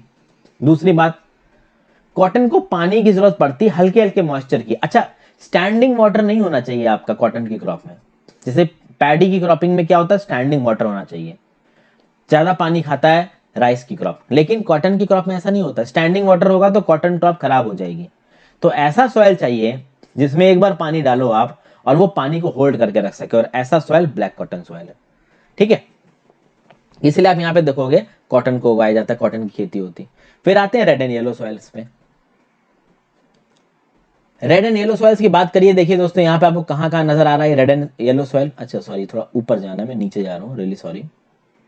ये देखिए, अभी ये रेड एंड येलो सॉइल तो बहुत बड़े इलाके में फैला नजर आ रहा है भैया। ये तो आपको अरुणाचल प्रदेश में भी नजर आ रहा है, नागालैंड, मणिपुर, मिजोरम, त्रिपुरा, हर जगह भैया ये रेड एंड येलो सॉइल फैला है। तो कहीं ना कहीं तो जो हमारा नॉर्थ ईस्ट का इलाका था वो भी पेनिनसुलर प्लेट्यू का ही पार्ट था, वो तो बीच में डेक्कन ट्रैप आ गया। आगे बात करिए, ये पूरा इलाका ईस्टर्न इंडिया का जो मैं आपको यहाँ पे पॉइंट आउट कर रहा हूँ। नीचे आ जाइए तो नीचे भी एक बहुत बड़ा इलाका, केरला का एक बहुत बड़ा इलाका, कर्नाटका का बहुत बड़ा इलाका, तमिलनाडु का बहुत बड़ा इलाका, ये सब आपको कहाँ नजर आ रहा है? ये सब आपको नजर आ रहा है किसमें? रेड एंड येलो सॉइल में। अभी बात की जाए रेड एंड येलो सॉइल की दोस्तों, तो ये सॉइल रेड है क्यों? देखिए रेड क्यों है, येलो क्या है? देखिए इन सॉइल्स में रेड कलर मिलता है due to diffusion of iron in crystalline and metamorphic rocks. यहाँ पे मेटामॉर्फिक रॉक्स, देखिए बहुत बड़े इस रीजन में भी बसाल्ट वाली एक्टिविटी हुई थी। अभी वो बसाल्ट वाली एक्टिविटी के चलते तो जब इग्नियस रॉक्स बहुत समय तक जमीन के नीचे दबी नहीं तो वो मेटामॉर्फिक रॉक के में कन्वर्ट हो गई। अब इन मेटामॉर्फिक रॉक्स में बहुत सारा आयरन है, वो आयरन का कलर इन सॉइल्स में नजर आता है, इसलिए इन सॉइल्स को एक रेडिश कलर मिलता है। दूसरी बात दोस्तों, ये सॉइल्स जब हाइड्रेटेड फॉर्म में आते हैं, मतलब जब ये मॉइस्चर को सोक कर लेते हैं तो ये येलो डिस्प्ले होने लगते हैं। तो कहीं कहीं पे ये सॉइल येलो नजर आएंगे, कहीं कहीं पे ये सॉइल रेड नजर आएंगे, इसलिए इनको बोला गया रेड एंड येलो सॉइल। ठीक है ना? ये जैसा कि मैंने आपको बताया क्रिस्टलाइन इग्नियस रॉक्स पे बनते हैं। ये इग्नियस रॉक्स कहां से आई आपको पता है? पूरा भैया बसाल्टिक रीजन कैसे बना, लावा एमिशन हुआ, अभी थोड़ी देर पहले समझाया मैंने आपको ब्लैक सॉइल में। ये इग्नियस रॉक से मेटामॉर्फिक में बदल गई, कैसे बदल गई ये भी मैंने आपको बताया। रॉक्स के बारे में आपको जानना है तो रॉक क्लासिफिकेशन मेरे नाम के साथ सर्च मारे, यूट्यूब में मैंने वीडियोस बना रखी हैं भाई, हर बेसिक चीज पे मैं वीडियो बना चुका हूं। एक खास बात दोस्तों ये है कि ओवरऑल टाइम ये जो ब्लैक कॉटन ऑयल वाला हिस्सा है, कॉटन सॉइल वाला जो हिस्सा है, रेड एंड येलो सॉइल्स वाला जो हिस्सा है, ये अलग कैसे हुआ? देखिए रेड एंड येलो सॉइल उन इलाकों में मिलते हैं ईस्टर्न और साउदर्न इंडिया में जहां पर रेनफॉल कंपैरेटिवली थोड़ी कम होती है। ठीक है, तो रेनफॉल कंपैरेटिवली थोड़ी कम होती है, तो ओवरऑल क्लाइमेटिक इफेक्ट्स की वजह से यहाँ पे रेड और येलो सॉइल डेवलप हो गए। आयरन की वजह से, हाइड्रेशन की वजह से कहां कहां पाए जा रहे हैं? तो Orissa, Chhattisgarh, southern parts of middle Ganga plain and piedmont zone of western Ghats. Piedmont मैं आपको पहले ही बता चुका हूं दोस्तों, आपको पता है ये पूरा का पूरा जो इलाका है ये वेस्टर्न घाट्स का है, और वेस्टर्न घाट्स के फुट हिल्स में जो भी लैंडफॉर्म्स आएंगे वो आपके पीडमोंट हो जाएंगे। तो piedmont zone of western Ghats में मिलते हैं ये आपके कौन से soil? Red and yellow soil. ये बेसिक इंफॉर्मेशन है इन सॉइल्स की। सॉइल्स के बारे में और डिटेल में आगे जैसे जैसे हम लोग बढ़ेंगे बात करेंगे। कभी लेटराइट शब्द की बात की जाए तो लेटराइट शब्द लैटिन वर्ड लेटर से बना है, जिसको आप कभी कभी ब्रिक भी बोलते हो। ब्रिक ईंट से आप कह सकते हैं, ठीक है ना? तो जो लैटिन वर्ड है लेटर, इसको आप ब्रिक बोल सकते हो, ईंट बोल सकते हो एक तरीके से। ये जो लेटरेटिक सॉइल बनता है ट्रॉपिकल और सब ट्रॉपिकल क्लाइमेट में बनता है। इंडिया में ट्रॉपिकल सब ट्रॉपिकल क्लाइमेट है, कोई बड़ी बात नहीं है, लेकिन एग्जैक्टली वो जगह है जहाँ पे अल्टरनेट वेट और ड्राई सीजन हो। अभी अल्टरनेट वेट और ड्राई सीजन होने के लिए भैया एक जगह पे पानी बरसना बहुत ज़्यादा ज़रूरी है, क्योंकि जब एक जगह पे बहुत पानी बरसेगा तो वहाँ पे वेट सीजन होगा, और जब ऑब्वियस सी बात है मानसून का मौसम चला जाएगा, पानी बरसना बंद हो जाएगा, तो उसको आप ड्राई सीजन बोलोगे। इससे होता क्या है, जहाँ पे पानी बरसता है, ज़्यादा पानी बरसता है, वहाँ पे इंटेंस लीचिंग होती है। हम आप बोलोगे लीचिंग क्या होती है, मैं आपको समझाता हूँ। मान लीजिए ये सॉयल है, अभी सॉयल में बहुत सारे न्यूट्रिएंट्स हैं, ठीक है ना, पोटेशियम है, ठीक है, फॉस्फोरस है, और भी बहुत सारे माइक्रो मिनरल्स हैं। अभी होगा ये कि अगर मान लीजिए पानी बरसता है सॉयल में, तो ये पानी जो है वो सॉयल में टिका तो रहेगा नहीं, धीरे धीरे सॉइल से सीप करके ही नीचे की तरफ जाएगा, ग्राउंड वाटर को जाकर रिचार्ज करेगा। अभी इस पानी जो कि नीचे की तरफ सीप कर रहा है, इसके साथ इस सॉइल के न्यूट्रिएंट्स भी अगर नीचे की तरफ जाने लगे तो इस प्रोसेस को बोला जाता है लीचिंग। लेटरेटिक सॉइल में क्या होता है कि बहुत भारी क्वांटिटी में जो मिनरल्स हैं वो पानी के साथ घुल के नीचे की तरफ जाने लगते हैं, इसलिए बोला जाता है कि लेटराइट सॉइल में लीचिंग बहुत होती है, और इसीलिए लेटराइल सॉइल बहुत डीप तक पाए जाते हैं। अगर बात की जाए लेटराइल सॉइल की कुछ और प्रॉपर्टीज की, तो ये एसिडिक होते हैं, पीएच 6 से थोड़ा सा कम होता है, और ज्यादातर केसेस में आप देखोगे कि लेटरेटिक सॉइल में प्लांट न्यूट्रिएंट्स आपको मिलेंगे नहीं, क्योंकि जैसा कि मैंने आपको बताया इंटेंस लीचिंग की वजह से पानी के साथ ज्यादातर जो न्यूट्रिएंट्स है वो नीचे की तरफ चले जाते हैं। तो प्लांट न्यूट्रिएंट्स में काफ़ी डेफिशिएंट होता है ये लेटरेटिक सॉइल। ज़्यादातर आपको ये साउदर्न स्टेट्स में मिलेगा, वेस्टर्न घाट्स के रीजन में मिलेगा, महाराष्ट्र में, उड़ीसा में मिलेगा, कुछ वेस्ट बंगाल के पार्ट्स में और नॉर्थ ईस्ट रीजन में मिलेगा। अभी मैप देखना बहुत ज़रूरी है। आप मैप जब देखोगे तो आपको पता चलेगा ज़्यादातर जगहों पे जहाँ पे लेटराइट सॉइल मिल रहा है वहाँ पे पानी बहुत बरसता है। ये है लेटराइट सॉइल और ये कलर देखिए आपको कहाँ दिख रहा है, ये वाला देखिए, पूरा का पूरा जो वेस्टर्न घाट्स की बेल्ट है, वो भी वेस्टर्न घाट्स के वेस्ट में जो इलाका है जहाँ पे पानी सीधे स्ट्राइक करता है और बरसता है। साउथ वेस्ट मानसून आता है ना, तो पानी सबसे ज्यादा इस इलाके में बरसता है। यहाँ तमिलनाडु के कोस्टल इलाके में भी कुछ हद तक आपको ये मिल जाएगा, क्योंकि विंटर मानसून में यहाँ पे पानी बरसता है। और कुछ जगहों पे आपको ये लेटरेटिक सॉइल मिलेगा, जैसे कि यहाँ मिल रहा है नॉर्थ ईस्ट में, इस जगह पे मिल रहा है, यहाँ पे पानी बरसता है, इधर पे मिल रहा है। ये वाली जो लोकेशन है राजस्थान वाली, यहाँ पे पानी कम बरसता है, बट यहाँ पे भी लेटरेटिक सॉइल आपको मिलेगा। ठीक है ना। तो लेटरेटिक सॉइल की 2-3 खास बातें मैंने आपको बताई। इसमें लीचिंग बहुत ज़्यादा होती है, उन इलाकों में ज़्यादा डेवलप करते हैं जहाँ पे अल्टरनेट वेट और ड्राई सीजन है। तो एक सीजन में पानी बहुत ज़्यादा बरसा, लीचिंग हुई, और अगला ड्राई सीजन। सॉइल एसिडिक है, बहुत डीप तक मिलता है, ज़्यादा लीचिंग के चलते इनमें जो प्लांट न्यूट्रिएंट्स होते हैं कम होते हैं। अभी जिन इलाकों में लेटरेटिक सॉइल है, अगर वहाँ पे डेसिडुअस ट्रीज है और एवरग्रीन ट्रीज हैं, तो जो उसका सॉइल होगा वो ह्यूमस रिच होगा। अभी ये तो बहुत लॉजिकल सी बात है दोस्तों। अगर आपने मेरी एनसीईआरटी की और साइंस की पहले की वीडियोस देखी हैं तो मैंने आपको बताया था ह्यूमस का फॉर्मेशन कैसे होता है। ह्यूमस का फॉर्मेशन इन्हीं ऑर्गेनिक मटेरियल से होता है। जहाँ पे पेड़ है, जहाँ पे फॉरेस्ट हो, उन पेड़ों की पत्तियां नीचे गिरेंगी, उन पेड़ों की टहनियां नीचे गिरेंगी, वो टहनियां, वो पत्तियां, वो पेड़ के जो प्रोडक्ट्स हैं वो अपने आप को ह्यूमस में कन्वर्ट कर लेंगे। तो वो लेटरेटिक सॉइल के इलाके जहाँ पे पेड़ पौधे ज्यादा हैं, वेजिटेशन है, डेसिडुअस एवरग्रीन फॉरेस्ट है, वो ऑटोमेटिकली ह्यूमस रिच हो जाएंगे। लेकिन जो वेजिटेशन है वो स्पार्स होगी, सेमी एरिड एनवायरनमेंट होगा। ठीक है, मतलब कि एक मिनट, जहाँ पे डेसिडुअस सॉइल, ये फॉरेस्ट है, एवरग्रीन फॉरेस्ट है, वहां पे ह्यूमस ज्यादा होगा। लेकिन वो जगह है लेटरेटिक सॉइल की जहाँ पे स्पार्स वेजिटेशन है, जहाँ पे सेमी एरिड एनवायरनमेंट है, जहाँ फॉरेस्ट है ही नहीं, वहां पे ऑब्वियस सी बात है ह्यूमस कम होगा। क्योंकि जब फॉरेस्ट है ही नहीं तो ऑर्गेनिक मटेरियल आएगा नहीं, पत्तियां नीचे गिरेंगी नहीं, टहनियां नीचे गिरेंगी नहीं, फॉरेस्ट के प्रोडक्ट्स नीचे गिरेंगे नहीं, तो ऑब्वियस सी बात है ह्यूमस का फॉर्मेशन नहीं होगा। ओके, ये जो लेटरेटिक सॉइल है they are very much prone to erosion, degradation होता है इनका बहुत तेजी से। ठीक है ना। वाटर होल्डिंग कैपेसिटी भी इनकी कम होती है। इन सॉइल्स को फर्टाइल बनाया जा सकता है एप्रोप्रिएट सॉइल कंजर्वेशन टेक्निक्स के साथ। खासकर कर्नाटका, केरला और तमिलनाडु में जो हिली इलाके हैं वहां पे लेटेरिटिक सॉइल का प्रयोग किया जाता है टी कल्टीवेशन के लिए, कॉफी कल्टीवेशन के लिए। रेड लेटेरिट सॉइल आपको कहाँ मिलेगा? तमिलनाडु में, आंध्र प्रदेश में, केरला में। तमिलनाडु, आंध्र प्रदेश और केरला में जो रेड लेटराइट सॉइल मिलता है उसको कैशूनट उगाने में इस्तेमाल किया जाता है। केरला, कर्नाटका और तमिलनाडु के हिली इलाकों में जो लेटराइट सॉइल मिलता है उसको टी और कॉफी को उगाने में इस्तेमाल किया जाता है। आगे बात करते हैं एरिड सॉइल की। देखिए जो एरिड सॉइल होता है उसका जो कलर होता है it varies from red to brown. ये सैंडी होता है टेक्सचर में, सेलाइन होता है नेचर में।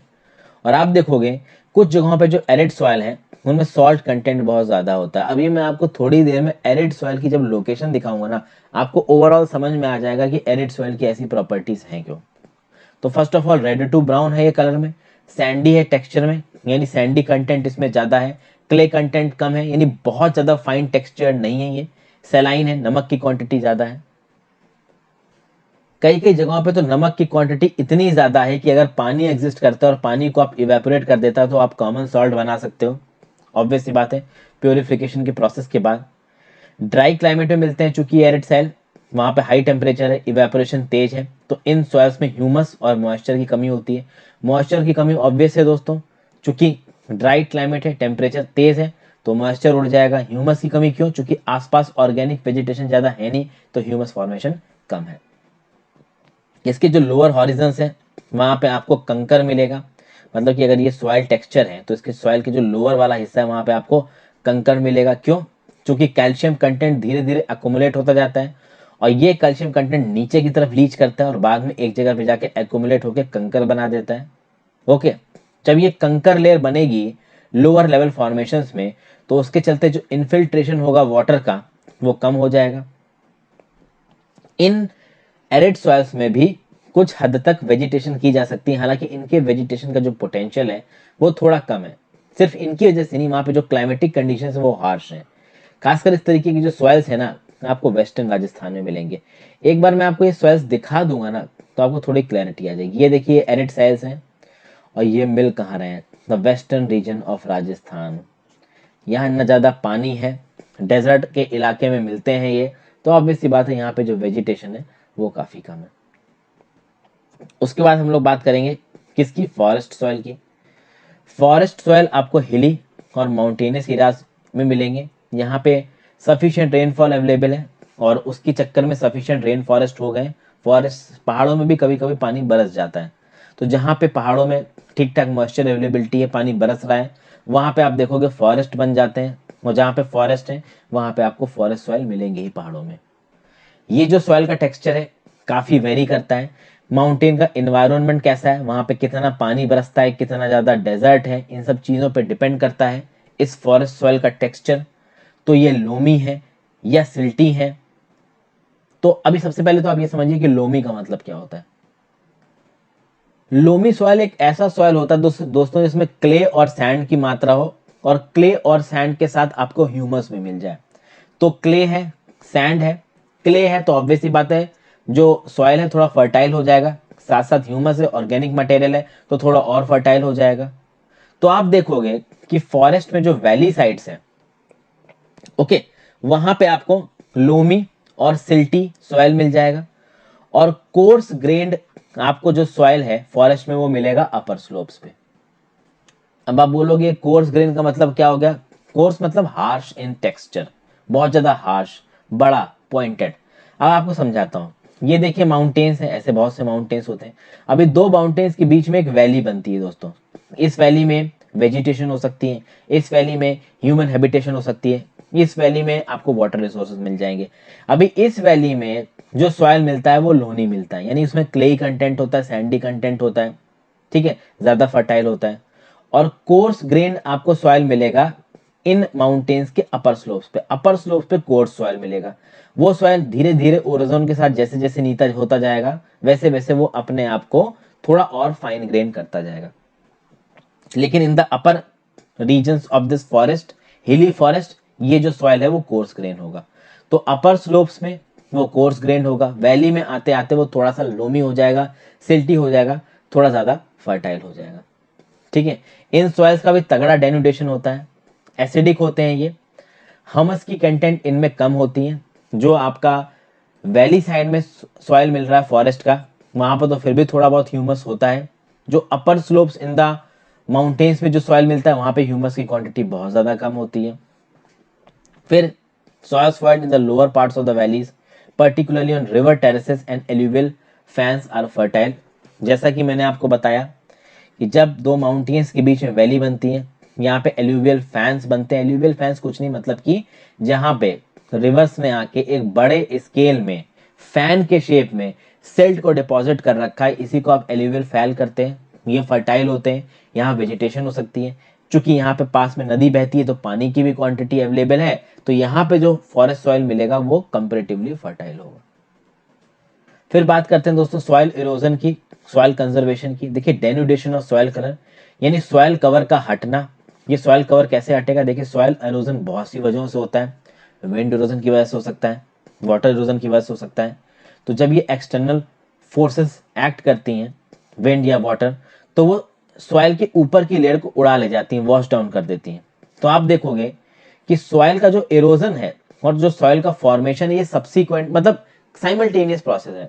जैसे जैसे सॉइल बनता जाएगा वैसे वैसे सॉइल इरोड भी करता जाएगा, और ये नेचुरल प्रोसेस है जो हजारों लाखों साल से चल रहे हैं। सॉइल इरोजन का जो प्रोसेस है वो ह्यूमन एक्टिविटीज की वजह से थोड़ा ज्यादा एग्रेवेट हो गया है। तो वैसे तो सॉइल फॉर्मेशन में और सॉइल इरोजन में एक बैलेंस था, लेकिन ह्यूमन एक्टिविटीज के चलते जो सॉइल इरोजन का रेट है वो तेज हो गया है। अभी बात हो रही कि कौन सी ह्यूमन एक्टिविटीज, तो भाई ह्यूमंस डिफॉरेस्टेशन कर रहे हैं, पेड़ को तेजी से काट रहे हैं। तो पेड़ को तेजी से काटोगे तो जो पेड़ की जड़ें सॉइल पकड़ के बैठी थी वो अब नहीं पकड़ पाएंगी। ओवर ग्रेजिंग हो रही है, तो पैस्चर्स जा जाके ओवर ग्रेजिंग कर करके घास के कवर को उड़ा देते हैं चर चर के। अभी वो घास का कवर उड़ जाएगा तो नीचे के सॉइल को पकड़ने के लिए कुछ नहीं है। कंस्ट्रक्शन हंटिंग के चलते जिन इलाकों में पहले वेजिटेशन थी, वेजिटेशन उखाड़ फेंकी आपने तो इरोजन बढ़ जाएगा। विंड, ग्लेशियर, वाटर, ये सब सॉइल इरोजन में एक मेजर रोल प्ले करते हैं। फिर भाई रनिंग वाटर भी आपका सॉइल इरोजन करता है। क्लेई सॉइल्स में रनिंग वाटर इरोजन करता है। आपको यहाँ पे गलीज बनती नजर आएंगी, जैसे कि ये सॉइल दिख रहा है, अभी पानी बहता है तो वो इस सॉइल को बीच से काट के इस तरीके की गली बना देता है। जब इस तरीके की गली बन जाएगी, ऑब्वियस सी बात है ये गलियां अगर मेजर स्केल पे बन गई तो आप एग्रीकल्चर नहीं कर पाओगे। जब बहुत बड़े स्केल पे गलियां बन जाती हैं तो वो बन जाती है बैडलैंड टोपोग्राफी। मध्य प्रदेश में जो चंबल का इलाका है, जहाँ पे एक समय पे डाकू रहते थे, वहां पे ये रेवाइंस और बैडलैंड टोपोग्राफी हजारों लाखों सालों में बनी है, जिसके चलते वहां के इलाकों पे थोड़े टेम्परेरी से पहाड़ बन गए। उन पहाड़ों के बीच में डाकू घूम के ऑपरेट किया करते थे, इसको बैडलैंड टोपोग्राफी बनती है। तो वहां पे गली इरोजन इतना ज्यादा हुआ है ना कि वो बैडलैंड टोपोग्राफी सी बन गई है। और उस बैडलैंड टोपोग्राफी में एग्रीकल्चर बहुत ज्यादा मुश्किल हो गया, तो एग्रीकल्चर हो नहीं पाता है। फिर वाटर इरोजन का एक और टाइप है, अगर वाटर इरोजन मतलब वाटर एक बड़ी क्वांटिटी में एक इलाके के ऊपर से बहता है और उस इलाके में वेजिटेशन नहीं है, तो उस इलाके में जो सॉइल की लेयर है उसको उड़ाता हुआ जाएगा वो पानी। फिर आपको यहाँ पे भी नजर आ रहा है, ये देखिए, इस एज को देखिए। पहले हो सकता है कि ये एज है, यहाँ पे पानी रहा हो, यहाँ पे इस एज के साइड में दीवार रही हो सॉइल की, लेकिन कस के पानी आया होगा, उसने कहीं ना कहीं इस सॉइल को काटा होगा और काटने के बाद बहता चला हो गया होगा। अभी भी आप ये जो एजेस देख रहे हो ये पानी की वजह से इरोड हो रही है। पानी जैसे जैसे बहेगा वो इस लैंड को और कम करता जाएगा और उड़ाता जाएगा सॉइल को। तो इस तरीके के सॉइल इरोजन हमको देश भर में देखने को मिलते हैं। ठीक है, गली इरोजन भी मैंने आपको समझाया। शीट इरोजन मतलब कि एक सरफेस है सॉइल की, इस सरफेस के ऊपर हैवी अमाउंट में पानी बहा और पानी बहुत सारे सॉइल की अपर सरफेस को उड़ा के ले गया, क्योंकि वहां पे कोई भी ऐसी वेजिटेशन नहीं थी जो कि अपर सरफेस को पकड़ के रख सके, तो इसको क्या बोला गया, इसको बोला गया शीट इरोजन। ठीक है, विंड भी बहुत सारा इरोजन करती है। Wind blows loose soil of flat for sloping land known as wind erosion. तो भाई अगर वेजिटेशन नहीं है जमीन पे तो विंड भी बहुत पोटेंट फैक्टर है, सॉइल को उड़ा के लेके जा सकती है। सॉइल इरोजन का एक मेजर रीजन है डिफेक्टिव मेथड्स ऑफ फार्मिंग। तो इसीलिए फार्मिंग को अच्छा करने के लिए बहुत अलग अलग तरीके की फार्मिंग्स को इंट्रोड्यूस किया जा रहा है, जिसमें एक है आपकी स्ट्रिप क्रॉपिंग, जिसको आप काउंटर प्लॉइंग भी कहते हो, और एक है आपका शेल्टर बेल्ट बनाना, एक है आपका टेरेस कल्टीवेशन। टेरेस कल्टीवेशन पहाड़ों में दिखती है, तो आपको इस तरीके की टेरेसेस में दिख जाएंगी पहाड़ों में। ठीक है ना, इन टेरेसेस पे लाइन से प्लॉइंग की जाती है। तो ऑब्वियस सी बात है जब पानी आएगा तो पानी को सीधे सीधे फ्लो नहीं मिलेगा, पानी पहले ऐसे हॉरिजॉन्टल इलाकों में आएगा, यहाँ पे ऑब्जर्व होगा, फिर नीचे जाएगा, यहाँ पे ऑब्जर्व होगा, फिर नीचे जाएगा, यहाँ पे ऑब्जर्व होगा। तो हिली इलाके में ये जो आपका स्टेप कल्टीवेशन हो रहा है, जिसको आप टेरेस कल्टीवेशन भी बोलते हो, ये काफी इफेक्टिव होता है। ये देखिए दोस्तों, इस खूबसूरत सी फोटो में आपको टेरेस कल्टीवेशन नजर आ रहा है। स्टेप्स से बना रखे हैं, हर स्टेप के ऊपर प्रॉपर कल्टीवेशन किया जाता है, पेड़ पौधों को लगाया जाता है, प्रॉपर फार्मिंग होती है। तो जब पानी बहेगा तो पानी पहले एक स्टेप पे ऑब्जर्व होगा, फिर दूसरे स्टेप पे ऑब्जर्व होगा, तो पानी के जो बहने का रेट है पहले तो वो धीमे होगा, पानी को ज्यादा से ज्यादा सॉइल ऑब्जर्व कर लेगा और सॉइल के आगे बहने का रेट भी कम होगा, क्योंकि हर स्टेप पे वेजिटेशन करके रखी गई है। फिर आगे बात की जाए काउंटर प्लॉइंग की,